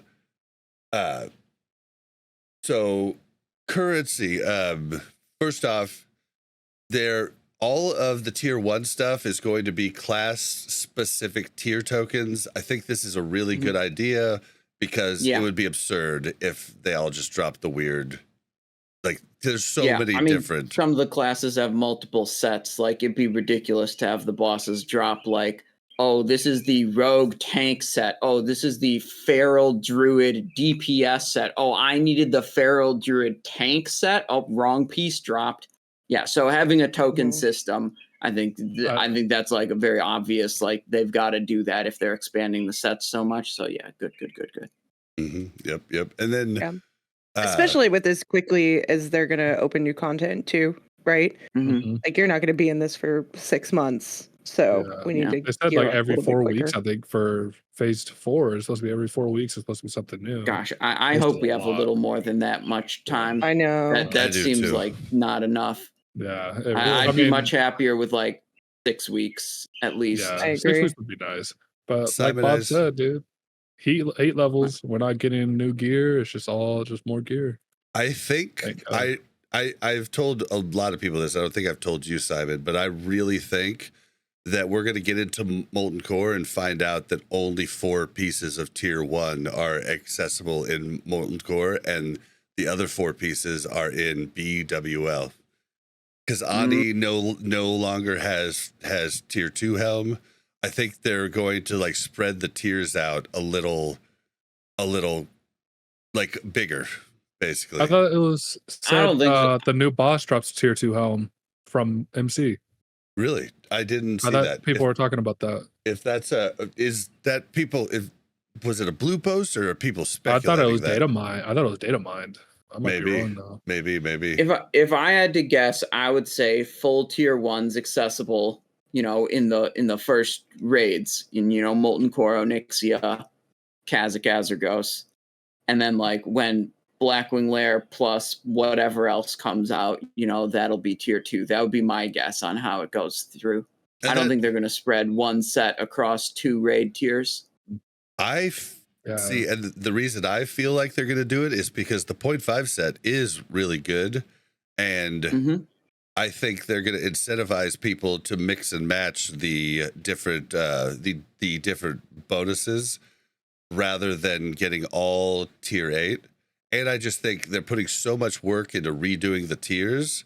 I don't know that if they want to bring out BWL that fast, I don't know that they want to rework all the tier sets all over again too. That's why I've guessed this. I have no idea. It's a complete guess, but yeah. But okay, so I wonder, are we going to get 8 sets again, or is it going to be 6? Because I know it's a 3 and 6 set bonuses. But so I wonder if they'll do belt embracers again. I don't. Yeah, they know. have data mined like 8 pieces of a set, but the highest bonus is 6 pieces. Yeah. I think so 3 and 6 for the raid tier sets. If I know Zyrene well, I think Zyrene maybe pushed them to make that change, because trying to get the full 8 set is a pain, and mix and matching it's kind of fun if you ask me. Bonuses is fun, yeah. And now you have 8 pieces to figure out your, if you want the 6-piece bonus, then you've got 2 that you don't have to get flex slots. Yeah, they're basically flex, exactly. What I was thinking about this too, how much I like mix and matching different sets, and I remembered an item from Diablo 3. And I was like, oh my God, they need to add this. I would be so happy if they added this effect into Season of Discovery. And the item, I don't know if anyone is ahead of me on this, is called Ring of Royal Grandeur. It's an item from Diablo 3. And in Diablo 3, you had item sets also similar to WoW, where you have get 2 pieces of the set, you get this bonus, 3 pieces, etc. The effect on this ring, it said, reduces the number of set pieces required to activate set bonuses by 1, cannot reduce it below 2. So like if you had a 4 set bonus, you equipped 3 pieces of that set, and you had that'd your be Ring of cool. Royal Grandeur, then you would be getting the 4-piece bonus of that set. And like when you're only working with one set, that's not that impressive. But when you're trying to put multiple sets together, and you can Ring of Royal Grandeur, and that effect is essentially giving you credit on 2 different or maybe 3 different set bonuses. Oh, it's so good. The options and configurations you can put together with that, I would love to see that in Season of Discovery. And it That is might be kinda neat. imbalanced. Yeah, it would be It's very be unbalanced. hard to foresee everything you can Rogues, break. for example. But we love breaking things, and that's kind of what we love doing in Classic WoW. We love degenerate breaking things, and we don't love extremely hard, like, mechanical fights where everybody has to do the right thing. We like things where we can just keep pushing the needle and do a little bit more every time because we learn how to do something better. My favorite saying about Classic WoW rating is why do mechanics when you can just do more DPS? Just kill the boss before it does the mechanic. Come on, guys. Yeah. So It's literally the rag fight. So Simon and I talked about this earlier, but just let everybody know the two world bosses who are now going to be instanced, so everybody will have a chance to do them, unlock July 18th, a week after Phase 4 launches. Then Molten Core and Onyxia come out the 25th, another week. So 2 weeks after launch.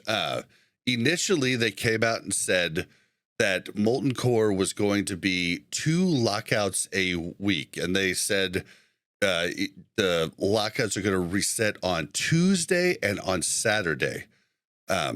If I would have done all the it, raids were going to be like that.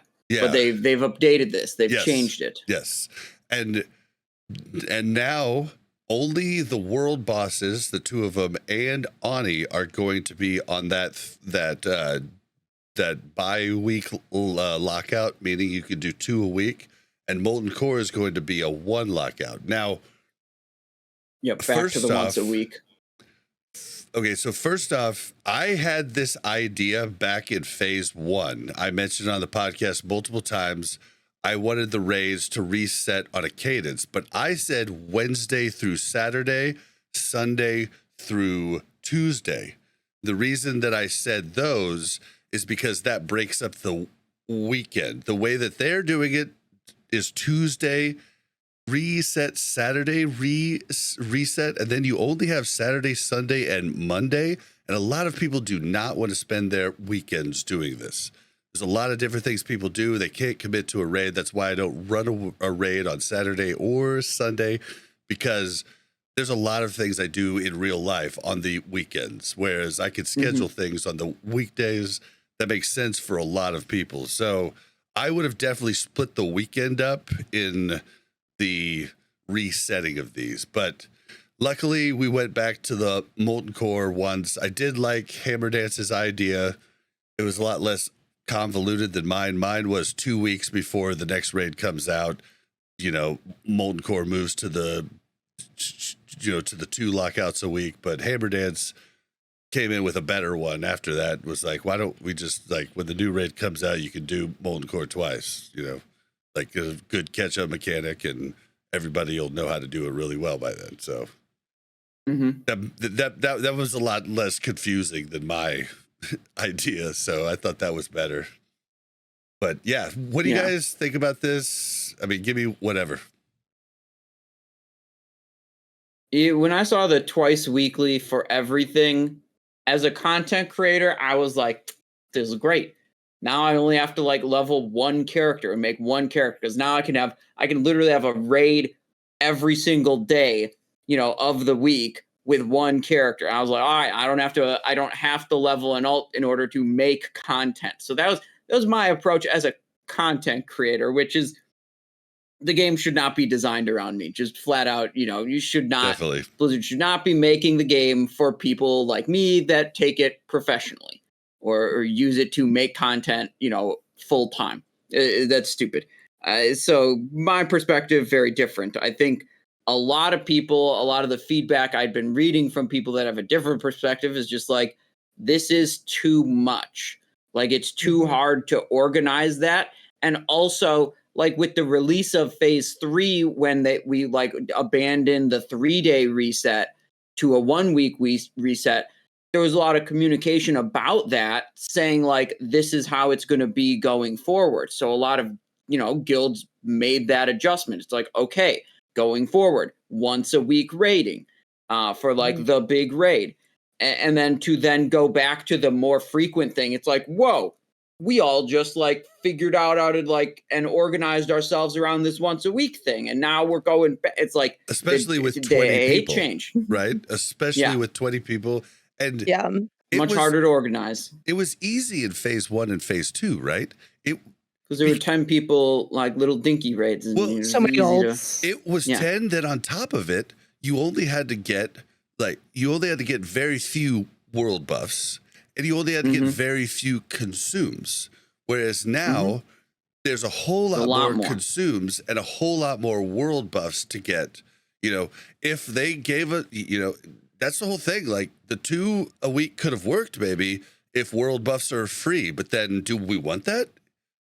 Like, that takes, like we talked about earlier, that takes the fun out of, working hard to have the better, DPS. So I just feel like this is a good change back to the main raid being once a week, and then you can have the other ones, which will be puggable. Lots of guilds will just say pug it and don't even, we're not even going to like run it after the first, few weeks. It'll depend on your guild, how they do it. But yeah, I think this is a good thing. I do think it's weird that Ani didn't come out with the 3 world bosses also. Felt like week 1 having 3 bosses to just work on would have been fine. And then you open up Molten Core, which has an 11th boss, by the way.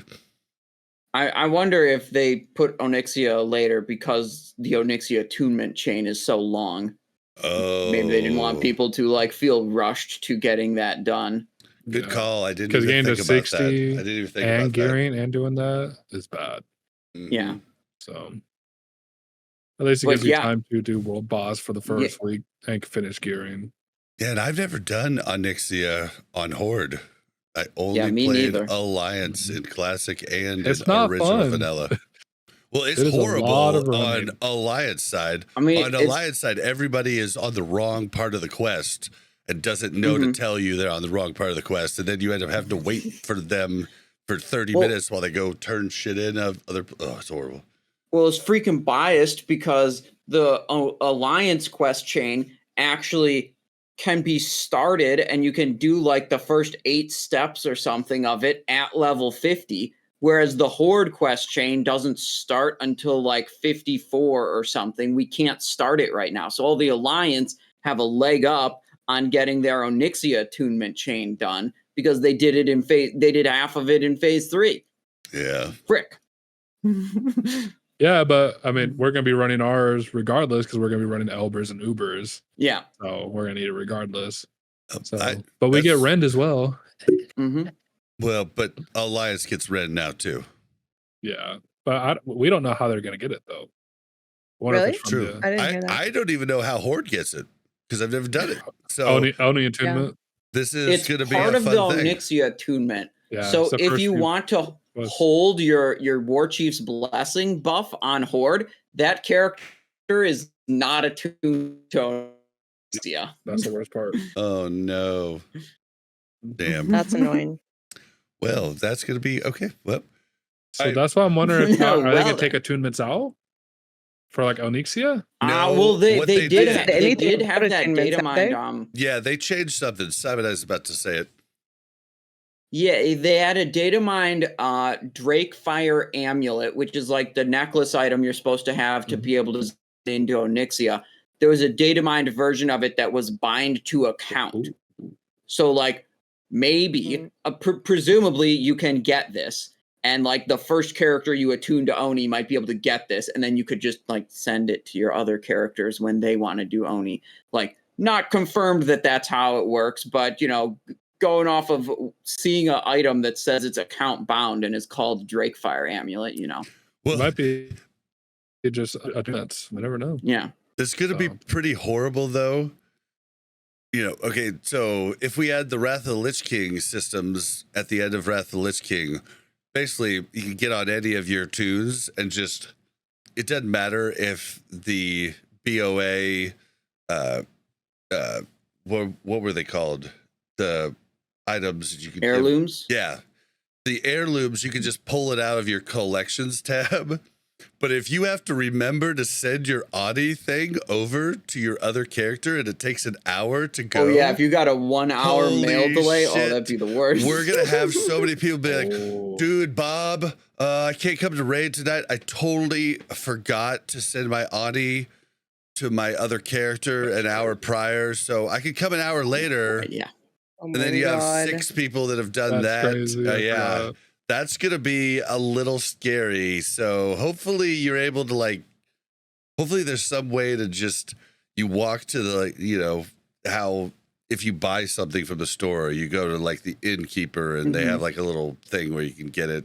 Hopefully there's something like that to where everybody can just have it on them rather than you passing it around. Yeah, because avoiding that's that. going to be. Yeah, avoiding that 1 hour mail delay. Or account wide. It's just going to be account wide attunement to where you don't worry. Yeah. So. Yeah. Well, I mean, I'm talking back in Classic 2019. You know how many people would just forget their Audi deck in the bank, and then you'd be like, "All right, we're summoning back." I still do it now. Oh man, so yeah, that's gonna be interesting. But yeah, what's the next thing? Okay, so the next thing is there's a new dungeon? daily currency. Oh, dungeon currency. Yeah. The Undermine reals coin thing. They said you get 1 per boss per day in basically all the max level dungeons. Which is good, which is what they probably should have done for the wild offerings too, because then we wouldn't have just done Princess, right? You know, we would have done over world and over. Yeah, we would have done world tours and saw more. But they said rewards you can get with these are items and materials. They were not really specific about that. But, you know, I don't know what kind of items. Like maybe, you know, would be cool is like maybe if you save up enough Undermine reals, you could get your Shadowcraft tunic, something that does drop in the dungeons. So you could get lucky and get it that way. But you also have this like deterministic way to finish off your set bonuses. Because I remember the horror stories of some people like being on their 80th Uber's run and having seen Shadowcraft Tunic once and they lost the role to the Feral Druid who decided they needed it, you know? So like those sets can be kind of toxic to farm, you know, if all you've got is the drop. So I'd like to see dungeon drops on the like, you know, vendor for the Undermine reals. And then if they say materials also, I think this is a really good thing. Because if you have materials like maybe we're talking like Golden Pearl or Arcanite Bar or some kind of valuable trade good, something like that, now you have a reason for geared and experienced players to keep doing dungeons. And what would happen if you don't have that is like, you know, the dungeon population dies off much faster. And all your dungeon groups are all like green geared freshies that struggle through the dungeon. But if you can incentivize the geared players to keep coming, give them a reason to keep showing up to that content, then it makes it better and smoother for everyone. So we don't have all the information about these yet, but seems like a good thing if you ask me. Yeah, and I like the fact that it's only once a day for each boss. It does make it so you have to get on every day. That is kind of a bummer for a lot of people, but you know, if you want to min-max it. But I do like that it's 1 per day because I would have much preferred doing the wild offering grind if I had to move to the different dungeons. And I try to talk people into doing BRD ones. And they're like, nah, we can just do the princess one so much easier. Let's just do that. I'm like, but I want to maybe The BRD get my one BRD is stuff. actually obnoxious, though. It is obnoxious. I tried to, when it came out and the like meta hadn't totally developed, I got a group to go and do like the Zul'Farrak one and the Moradin one and the BRD one, because I just wanted to see them all so I could make like a sweet video out of it. And oh my God, doing BRD in the area, like that area of BRD had like level 54, 53 elites, packs of multiple of them And with even- fresh level 50s that like weren't decked in Sunken Temple gear. It was a nightmare because the packs were killing us. And So much, and it was hard to get everyone together and coordinate. I was like, "Oh my God, I'm never doing this wild offering ever again." And multiple packs would patrol too, so you could pull other ones. Yeah, of course it was horrible going in there right off the bat, but we would have tried harder. If those were the only ways to get wild offerings after we'd completed everything else. And I think that would have been cool. And I would have liked that a lot more. But yeah, I think this is definitely a good thing. Oh no, the stream's dying again. Jeez, what is going on? Yeah, I was about to say something. All right, here, just do that. Give it a second. Maybe it'll pop back. Yeah, dude, it's Chrome. I killed Chrome again, and I'm back to 6,300 kbps. All right, I'm just gonna leave Chrome closed, I guess. All right. Yeah, screw it. Yeah. So weird. I don't know why it has to do this, but do you need me to read the agenda then if your Chrome is closed? Well, the agenda is on Edge. I just don't have my okay. I don't have chat. So if you see anything good from chat, let me know. All right. I'll pull up chat then. So yeah, the new daily dungeon currency, probably great. And I'd love to see multiple things from that. And yeah, and you were talking about the 0.0 set. I would like to see that just warrior specific, mage specific, because people used to mix and match those on all different tunes. I'd rather just know that if it drops, it's mine. Like that would be a nice change. Yeah, that would be a nice change for a lot those. of boosters have 2 set of each for the 200 armor to not die in one shot to mobs. All right. Crazy.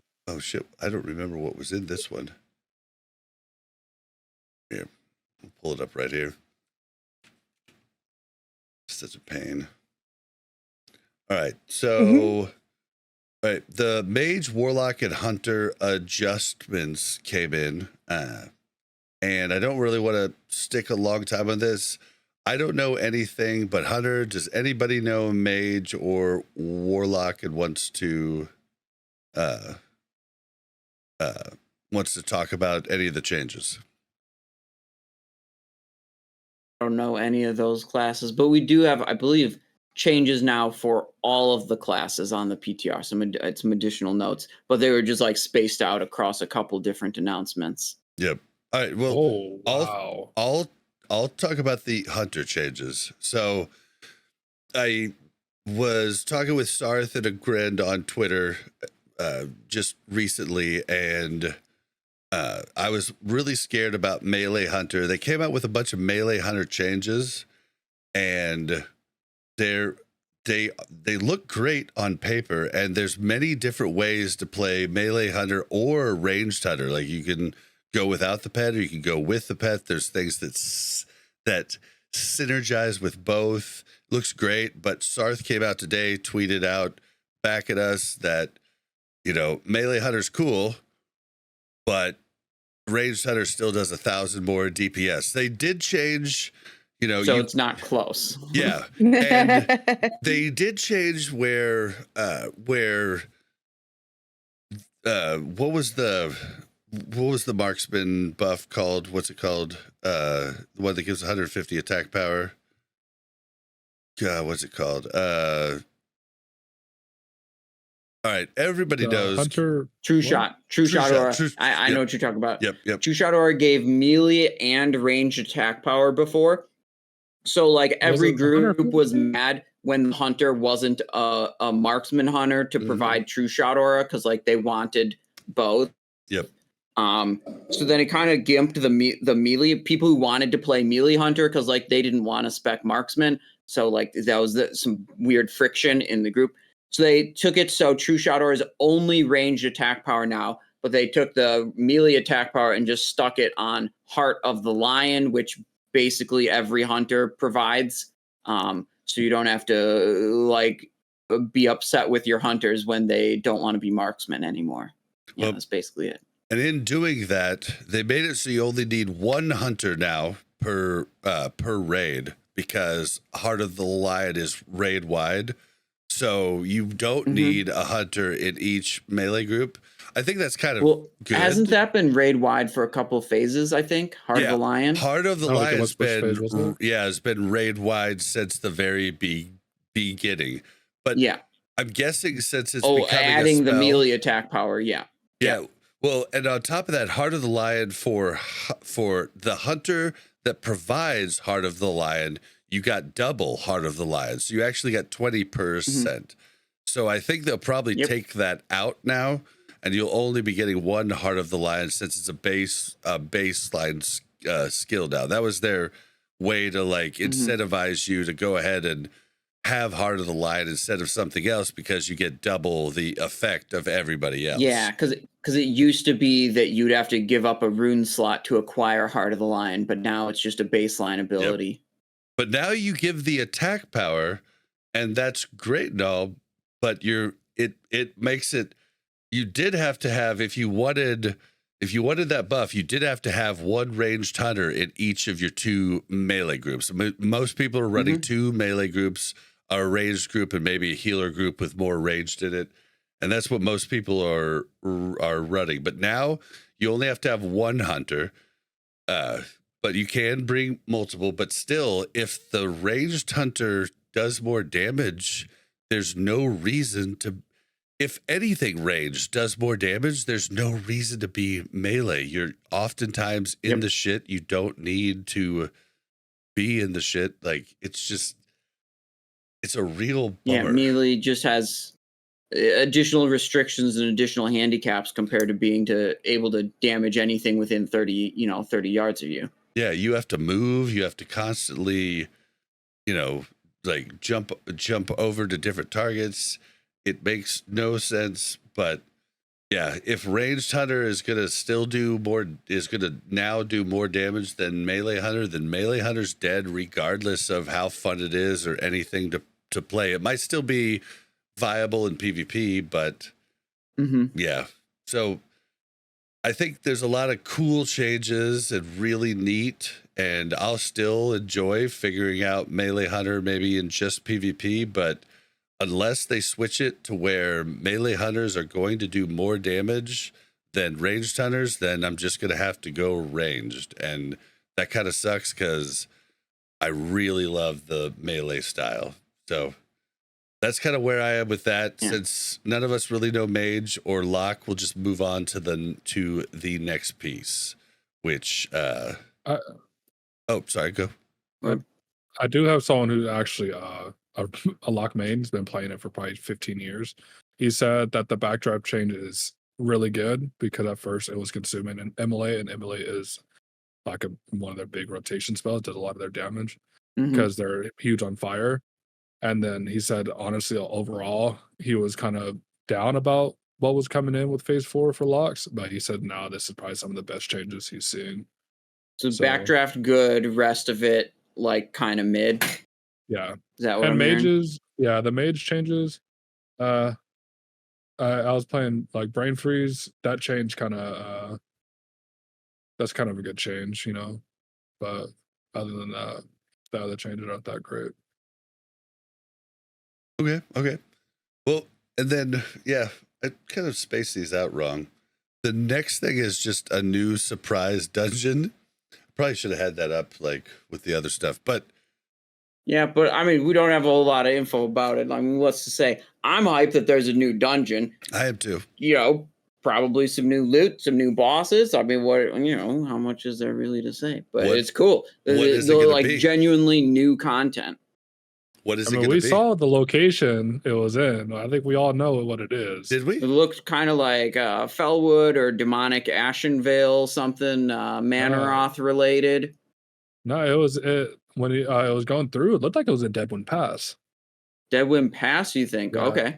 I think it might be Karazhan Crypts. See, I guessed Karazhan Crypts, but not from any location. I just guessed Karazhan Crypts because they, that was one of the things they showed at Spoiled BlizzCon. that before, yeah. Yeah, but So you're saying they actually showed Deadwood Pass? I could have sworn I saw Deadwind Pass in the video.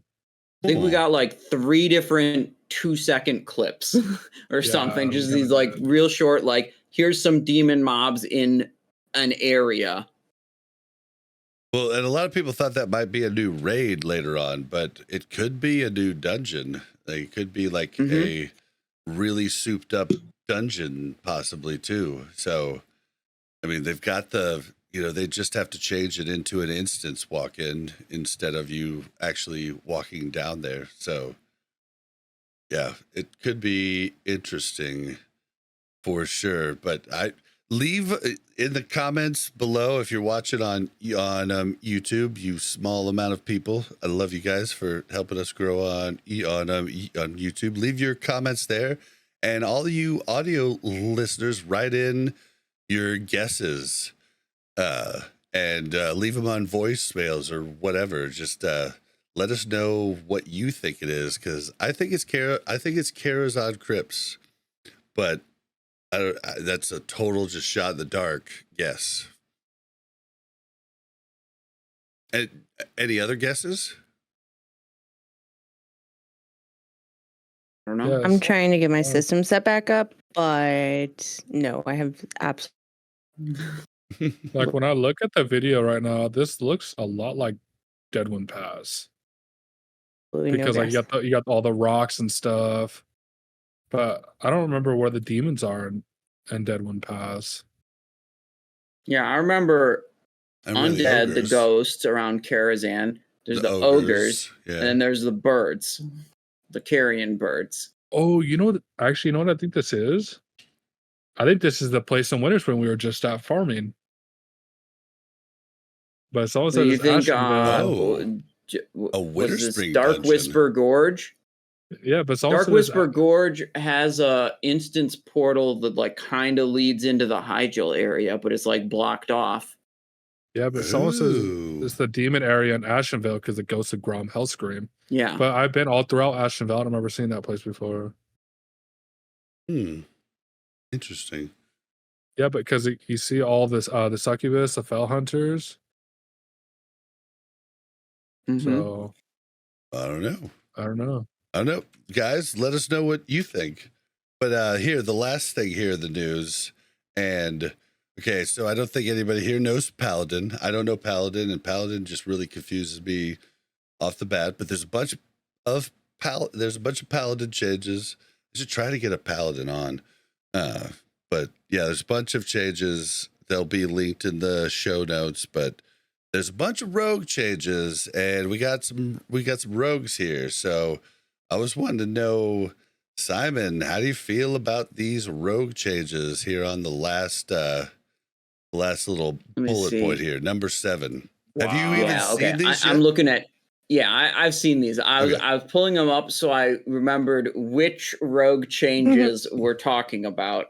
Because, the initial PTR had some changes, and then a little later there were others. Yeah, we've talked about those on previous episodes, but there's a lot of changes. Backstab might be coming back into the mix. Yeah, they updated the Slaughter from Shadows rune, so it gives an even bigger energy reduction to cost of backstab, and it just gives a flat bonus damage to backstab. And then, if you're trying to use backstab, all your glove runes are combo point builders. So like you don't use a glove rune at the same time, really. So they took one of the glove runes, Shiv, that was basically never used, and changed it into a rune called Cutthroat that provides additional bonuses to backstab. It's whenever you backstab, you have a 15% chance to allow you to cast ambush without being in stealth, which is just like whatever. It's just like a twice as powerful version of backstab, but it requires stealth. So that's cool. You have a bit of RNG of like you're backstabbing, you get a proc. Okay, you get to ambush now. Boom, big damage. So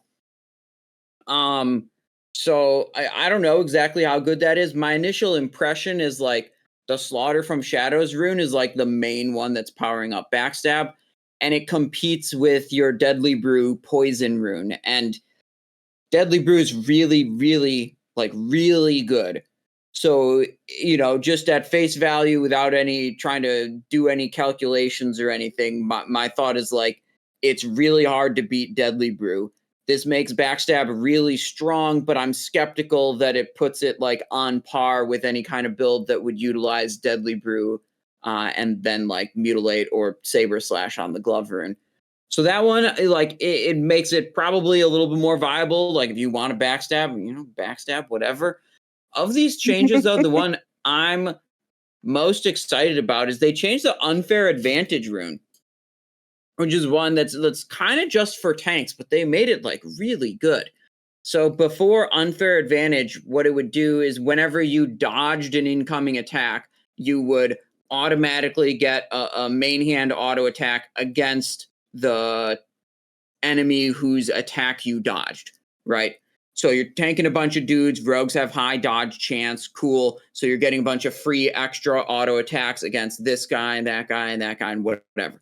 That's all it did. And it was like, all right, like, it's okay, whatever. Now the changes are, it's going to trigger not only from dodges, but it's also going to trigger from parries. And rogues, again, have a lot of parry chance as a rogue tank. A lot of our new abilities give us more parry chance. So it's working with all of our avoidance now. So great. And instead of hitting the mob that attacked you, it's always going to hit your current target. And that's important. I'll get to why that's important later. And it's also going to give you a combo point when it triggers. So it's so super juiced up. Like it does so much. What you can do with that middle part where it always hits your current target rather than the one that attacked you is like you pull like 5 to 10 mobs and there's like one big one or something. You target that one. It's going to essentially funnel all that extra attack damage into your current target rather than like spreading it out. So you have that like funneling damage capability. And then it should just be feeding you combo points like basically constantly while you're tanking. A whole bunch of extra combo points, like do your slice and dice, do your blade dance, do your expose armor, do your rupture, do like literally whatever you want. You're going to have so many combo points with this thing that like you're just going to do whatever finishing moves you want, to the point where like, I mean, maybe your combo point builders aren't even that relevant as a tank anymore. Like you have a lot more freedom of like, pick a different glove rune or, spam Fan of Knives or do these other things with your energy that we now have access to, because this is just going to feed you so many combo points. Like, that's great. I love that one. They did some other ones I'm going to gloss over. Well, here, they nerfed. Here, wait. Before you go to the next one, I wanted to kind of touch back on I think one of the biggest failures in SOD for Rogue and Rogue diversity has been Deadly Brew. Deadly Brew doubles down on poisons and then makes it so the poison talents in assassination are almost a must-have because it goes through armor, it goes through everything else, and it's another thing you can buff on top with consumes.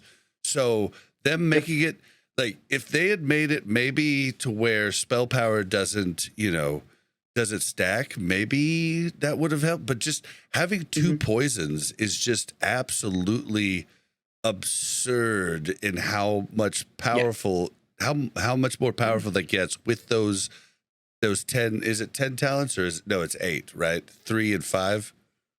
No, it's 5 and 5. You got vile poisons, 5 ranks, improved poisons, 5 ranks. Changed in Wrath to 8 to 3 and 5, right? Okay. Yeah, or whatever it changed. Yeah.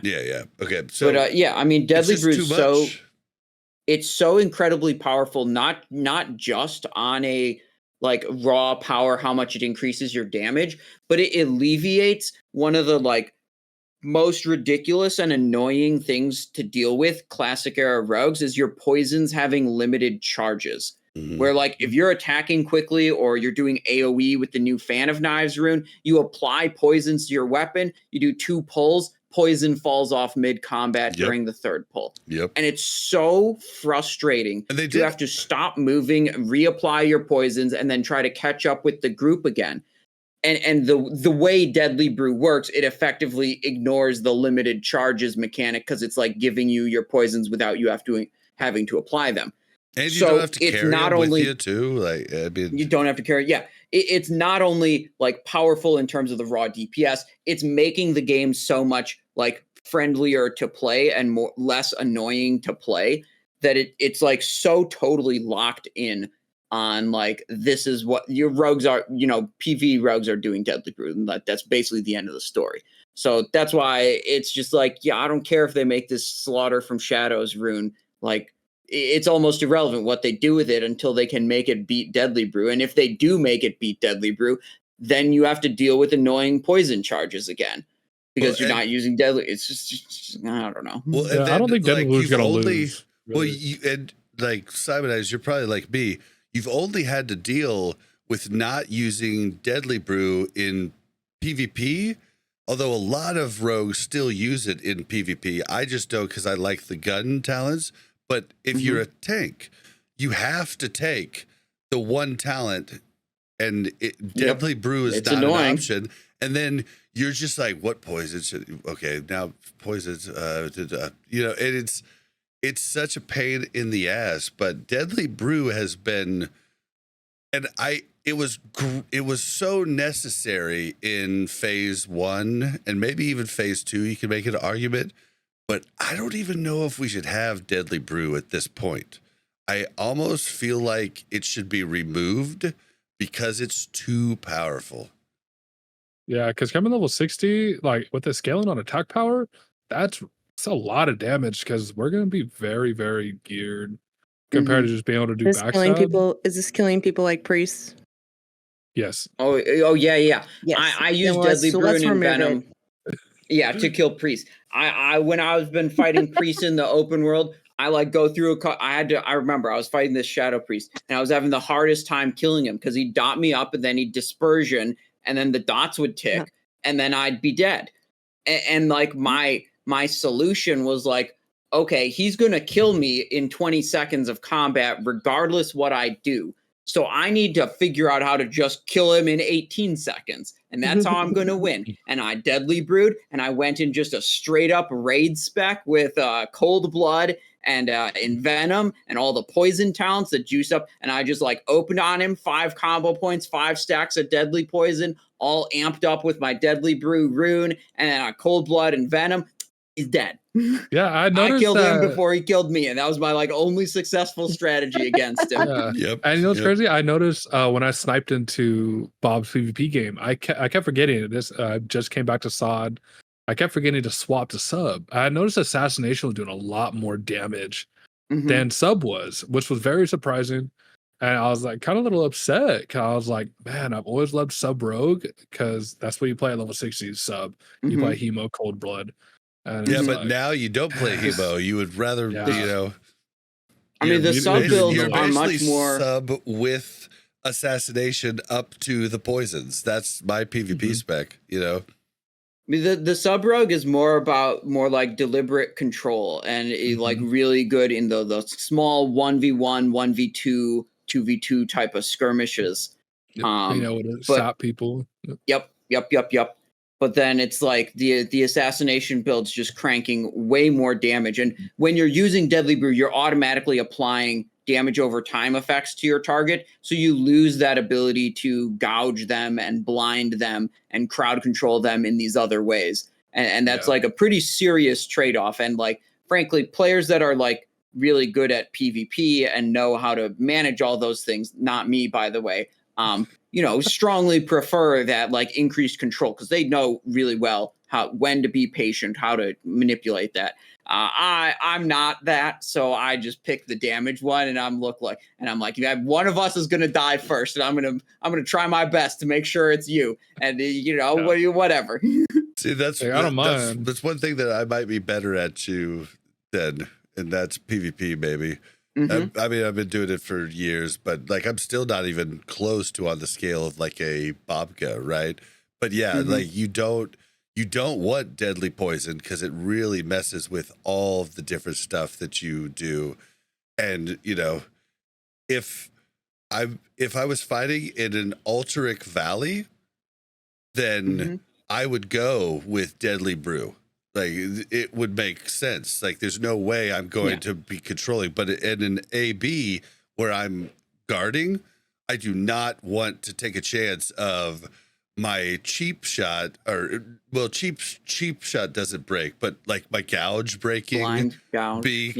because of it, or my blind, like all of those are huge. And I talked about it earlier in the episode, like you being able to CC 3 targets makes it so that your team can get in there. So that's the biggest thing, not killing people. And yeah, so, but yeah, I just feel like we've outlived Deadly Brew, and it kind of needs to go.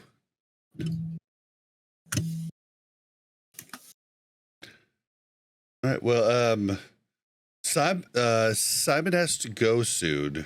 Simon, do you have enough time to talk about the last thing there and the?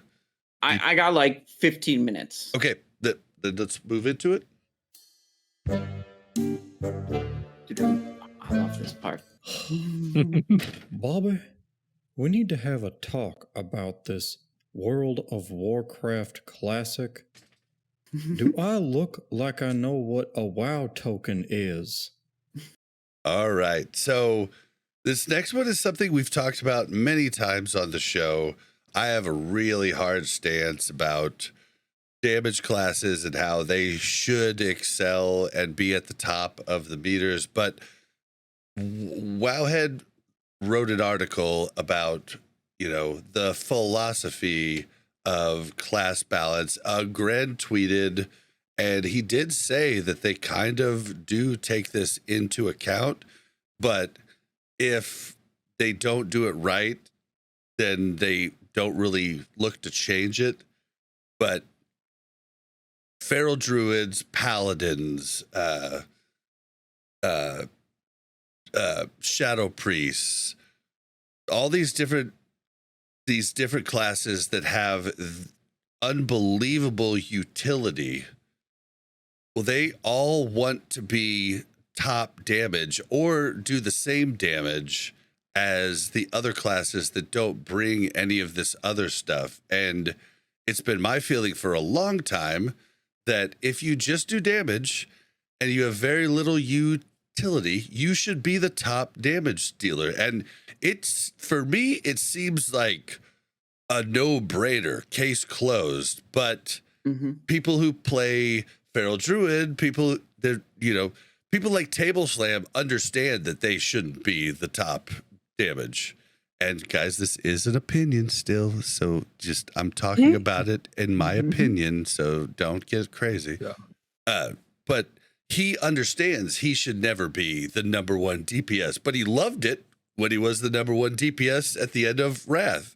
But it really screws up the game in the sense that people are going to min-max and they're just not going to take other classes. If we could take a druid and the druid's going to do the most damage in the raid, but they're going to have an innervate along with a battle res, along with a buff, along with another buff, feral, 3%, So how do you guys feel about this? And, Shaman is, one of the top DPS right now, right under Warrior. Rogue is the 3rd. And Shaman should not be the top DPS. Like, if I run a raid and 15 shamans sign up, I'm not mad. Whether It's a lot of shaman. any spec, I don't even care. Any spec, because they have so much, and I love the fact that some people want to be utility, and some people want to do damage, and I feel like the people that want to do utility should be able to do that. But they should not be doing as much damage as everybody else, because then you're just going to take just them. But how does the problem is that I think the vast majority of the people want to be like the top DPS or the top healer, right? That's a much more popular thing, yeah. Yeah. 100%. So if you don't make those other ones with the utility competitive, then it's hard to get people to want to play those utility classes, right? Yeah, like there is a chore, handful of people that want to do that, and that is their want and that is their desire, right? And so you either make it so that they're not competitive, but they have all this utility, so people play them reluctantly so that they can get into raids, and then they don't enjoy it, and then they're not having fun, or you give them, I'm not saying that they should be the top. I think that and I think this is what Agrend was saying, like we try, but we don't necessarily look at it if we don't succeed, right?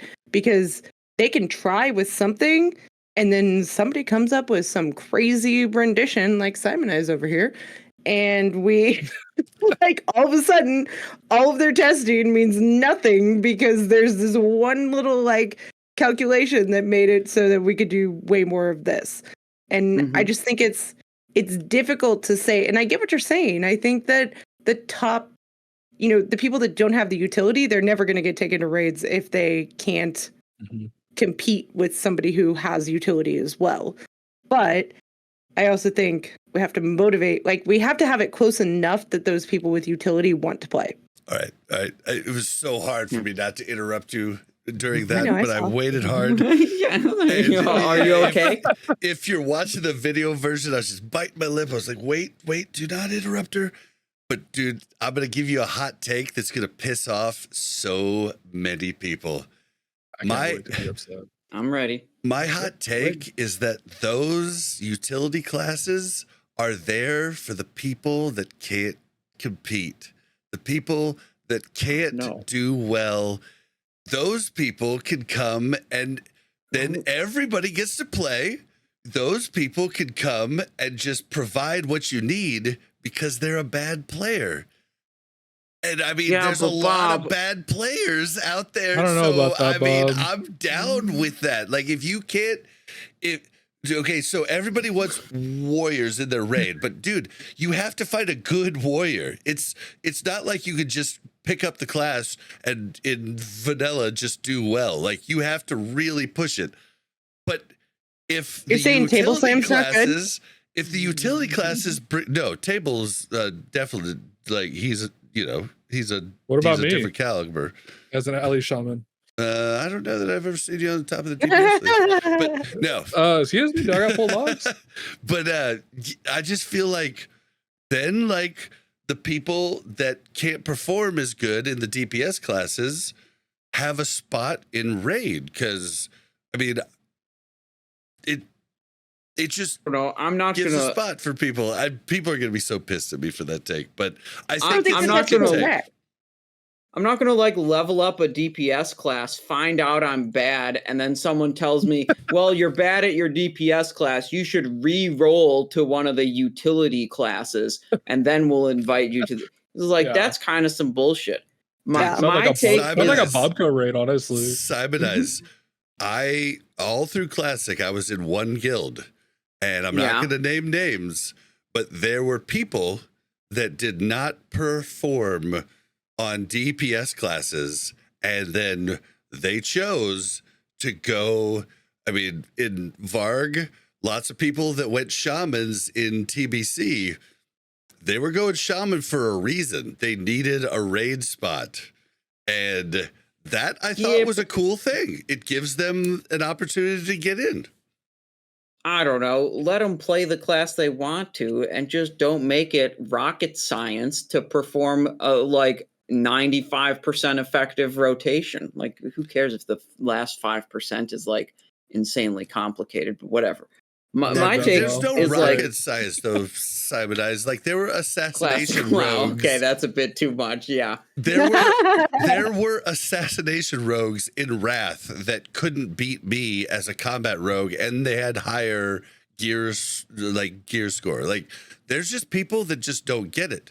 Like they don't. yeah, but I don't think that. I think that's like a play, like that. I don't think that's a like class balance or like we should have utility classes and we should have DPS classes type of issue. Okay. That's just like some people aren't going to be as invested in the game and like figuring out how to optimize their class, and like you don't have to put those people on the dunce class. Like the solution isn't put those guys on the dunce classes. I think. I don't know though. I feel like maybe it is. Okay, here's the thing: doesn't Rogue bring utility? They bring tricks. Now. They bring poisons. They we don't bring tricks. Yeah, we don't bring tricks in SOD. We brought tricks in Wrath, and it was an unsung hero thing. Like our raid and Varg didn't even know how good they had it, whereas my freaking GD KPs where I play with my alt were like, Bob, you are the best tank trickster I've ever seen. Thank you so much for doing it on every trash, But Varg was like, well, I'm tanking and I'm a badass tank. No, you're getting freaking tricks by me and Casimo on the start of every pull, and we're doing are feeding you all the threat. We're doing 2 fan of knives for you every time. Yeah, but in in the GDKPs they understood because they had bad rogues a lot. So Well, my idea is like if your class doesn't provide utility and you're not capable of doing competitive damage, that's when you're not going to get a raid spot.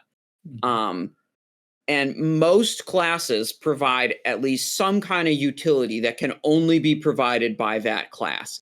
You got Mark of the Wild on Druids, you got Prayer of Fortitude on Priest, you got Battle Shout from Warriors. These are all unique buffs that only that class can provide. They're not even like talent spec specific.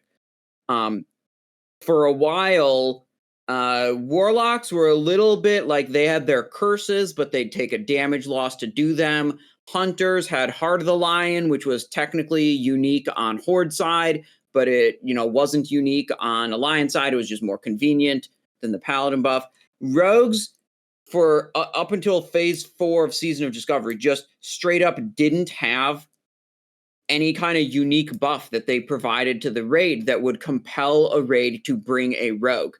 And this really like highlighted the problem to me is like, if you have a class that doesn't have utility and they happen to be not competitive in damage in that particular phase or iteration of the game, no one wants to bring them at all to group content, dungeons, or raids. So my solution is, I think the important thing is to give every class a unique buff or debuff that helps out the team that only that class can bring. And now rogues are getting occult poison for hunters. Heart of the Lion is now like baseline. They don't have to take a damage loss for it. And I believe warlocks are getting another thing too, which kind of like completes the circle of now all the classes have this in phase 4, which I think is very, very good. Well, because like you'll want to bring one of each class to a raid, so no one's going to be like left out due to their class. And I would even go further. And Simon, you've talked about this on this show and in many of your videos.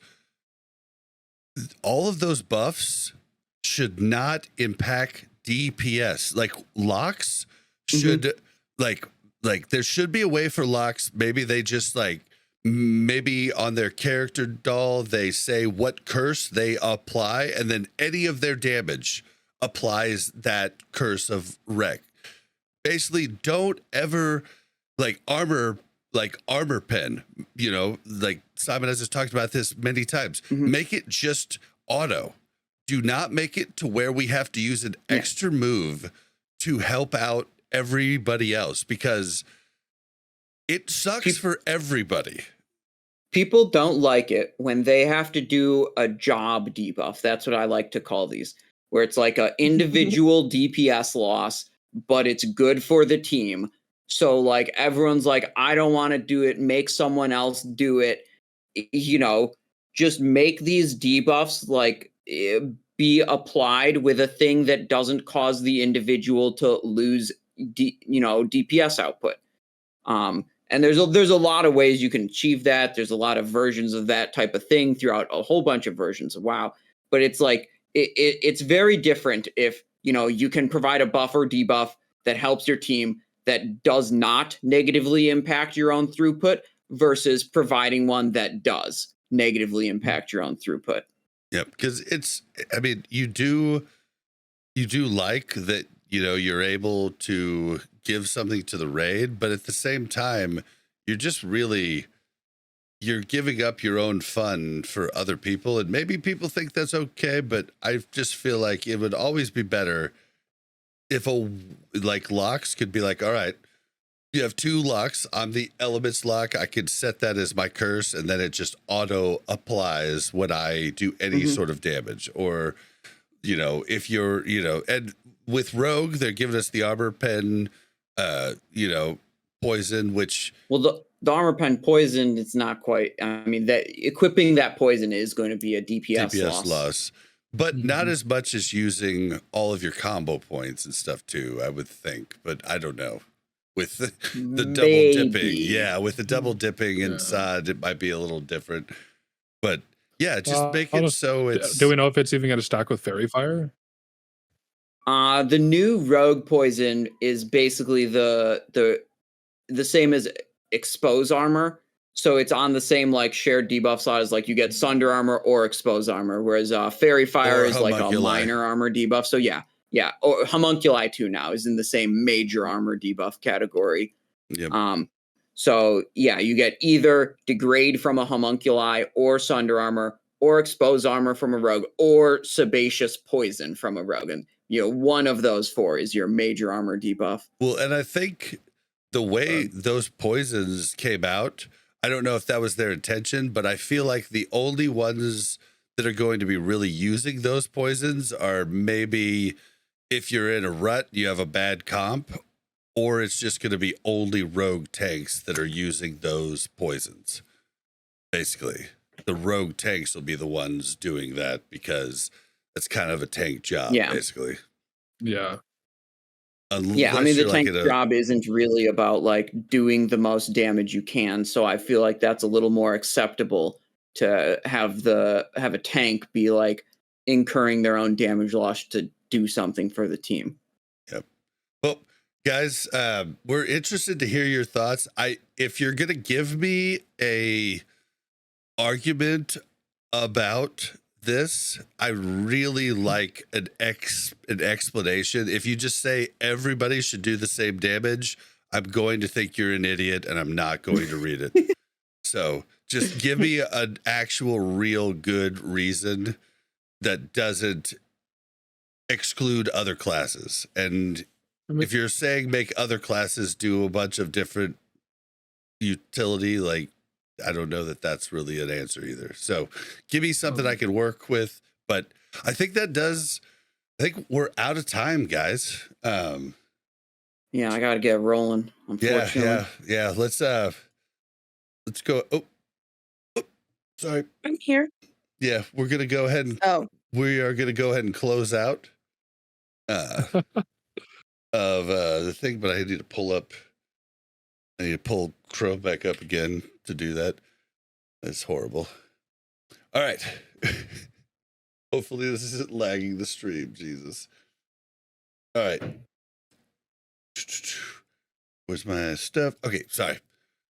Don't forget to follow us on Twitter at WC Reloaded. You can follow the Mash Those Buttons Network at the Mash Network. You can email us at wcrpodcast@gmail.com. If you'd like to join the Discord or see Patreon or any of our links, go to warcraftreloaded.com. The Discord, everything, Patreon's there. If you want to help the pod, as far as Spotify and iTunes people, you can give us reviews and stars. You can give us stars on Spotify, and if you're part of the small YouTube audience, you can give us likes, you can give us comments. All of those help us. So thank you so much. Whew. Simon, where can we find you? I am on YouTube at Simon I's Show is my main channel. I put like my guides, my more edited, polished content there, and then I have kind of a VODs channel called Simon I's Show TV. That's little clips and highlights from my stream. There's stuff every day on that channel, but it's more raw, a little less curated, type of stuff. And then I'm on Twitch at live streams, twitch.tv/Simon I's Show. I'm live Monday through Friday, 1 p.m. EST, usually to about 7 p.m. EST. All right. And Simon, I want to talk you into something fun that we did. What's that? Way back, but I want you to reintroduce it. I say we after everything settles a little bit at 60 and we're kind of chilling, I say we do our how many rogues does it take to do BFD? How many rogues does it take to do Nomer? How many rogues does it take to do Sunken Temple? Remember that. Let's do it. Yeah, that's up on the VODs channel. God, that's an old one. Back in one of the PTRs when we were level 80, we went and decided, we took and had people on the stream and on the PTR. We'd go into Molten Core and we were like, okay, do the first boss. If we die, we add one more rogue into the raid. And we do, until we can kill the boss. And whenever the team would wipe, we'd add one more rogue into the raid from the stream chat. And we did we did Molten Core. That took 3, I believe. No. And we did Blackwing Lair. It only took 2, just you and B, 2, right? Really? It was 2. Yeah. Okay. And then BWL Lair, early on we had to BWL we had to get a 3rd for the first boss because of the eggs. So we grabbed the 3rd, and then we only had to get a 4th at Nef. At Nefarian. Yep. But then AQ40 was a complete disaster. See, I was supposed to come and like something. Yeah, I didn't get to come to AQ, and I had farmed the 2 cold daggers the frost and everything. Daggers, yeah. Like so some of the bosses in that raid, let me tell you what, not designed to be killed by classes that can only do physical damage. That was a bit of an issue. But we did manage to clear it. I think it was like 16 or 17. Viscodus, I think, was the hardest one we had to do. That was fun. Yeah, we could try doing that again. And we did our fun gnome, like all rogue and 2 healers, gnome Ragan. It was 8 rogue Gnomergon. There were a couple wipes in there, but that one, I think we were all right. We did all right on that. But now we can just go back and see how many it takes. You can do the same thing. You started out solo, and then you see how far you can go, and then call me in, and then we call in people from the chat. Be really cool. We should definitely get that going once things settle down at 60. So, all right, Vendetta, where can we find you? You can find me on Twitch, Vendetta__TV. I'm live almost every day. Only WoW content and singing. I do a lot of singing on stream. It's a lot of fun. Oh, very cool. I do too. I appreciate you having me. It's just that usually I hear you singing all the time. Yeah, that usually drives people away. It's a little different for me. You have a good voice, Bob. You have a real good bass voice. Encourage this behavior, Vin. Mama told me. No. Nope. All right, Mel, where can we find you? Well, you can't find me anywhere, so thanks for watching. You can find me on Patreon. You can find her on my stream at times, and her Patreon does not have nudes, so.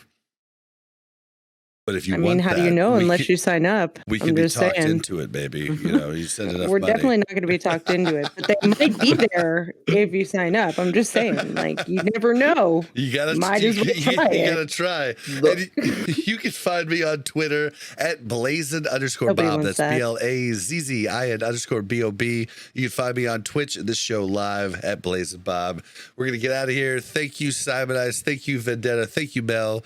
Thank you guys for coming. This was a great talk. And guys, we're excited about Sod. You guys that are excited about Kata, good for you. You guys that are excited about the war with it, good for you. Let's all just be happy. We have a shit ton of WoW to play. That's not Flying allowed. Ragnaroses. That's not allowed. Yeah. Can we all be Okay, on well, them? thank you for having me. All right, guys. Thank you, sir. Yay! Goodbye. Hold on. Goodbye. Hold on, I need a picture. Does Bob Okay. have news on Patreon? That's great. Thank you very much for checking out Warcraft Reloaded podcast. Make sure to like and subscribe and hit that bell so you don't miss any future content.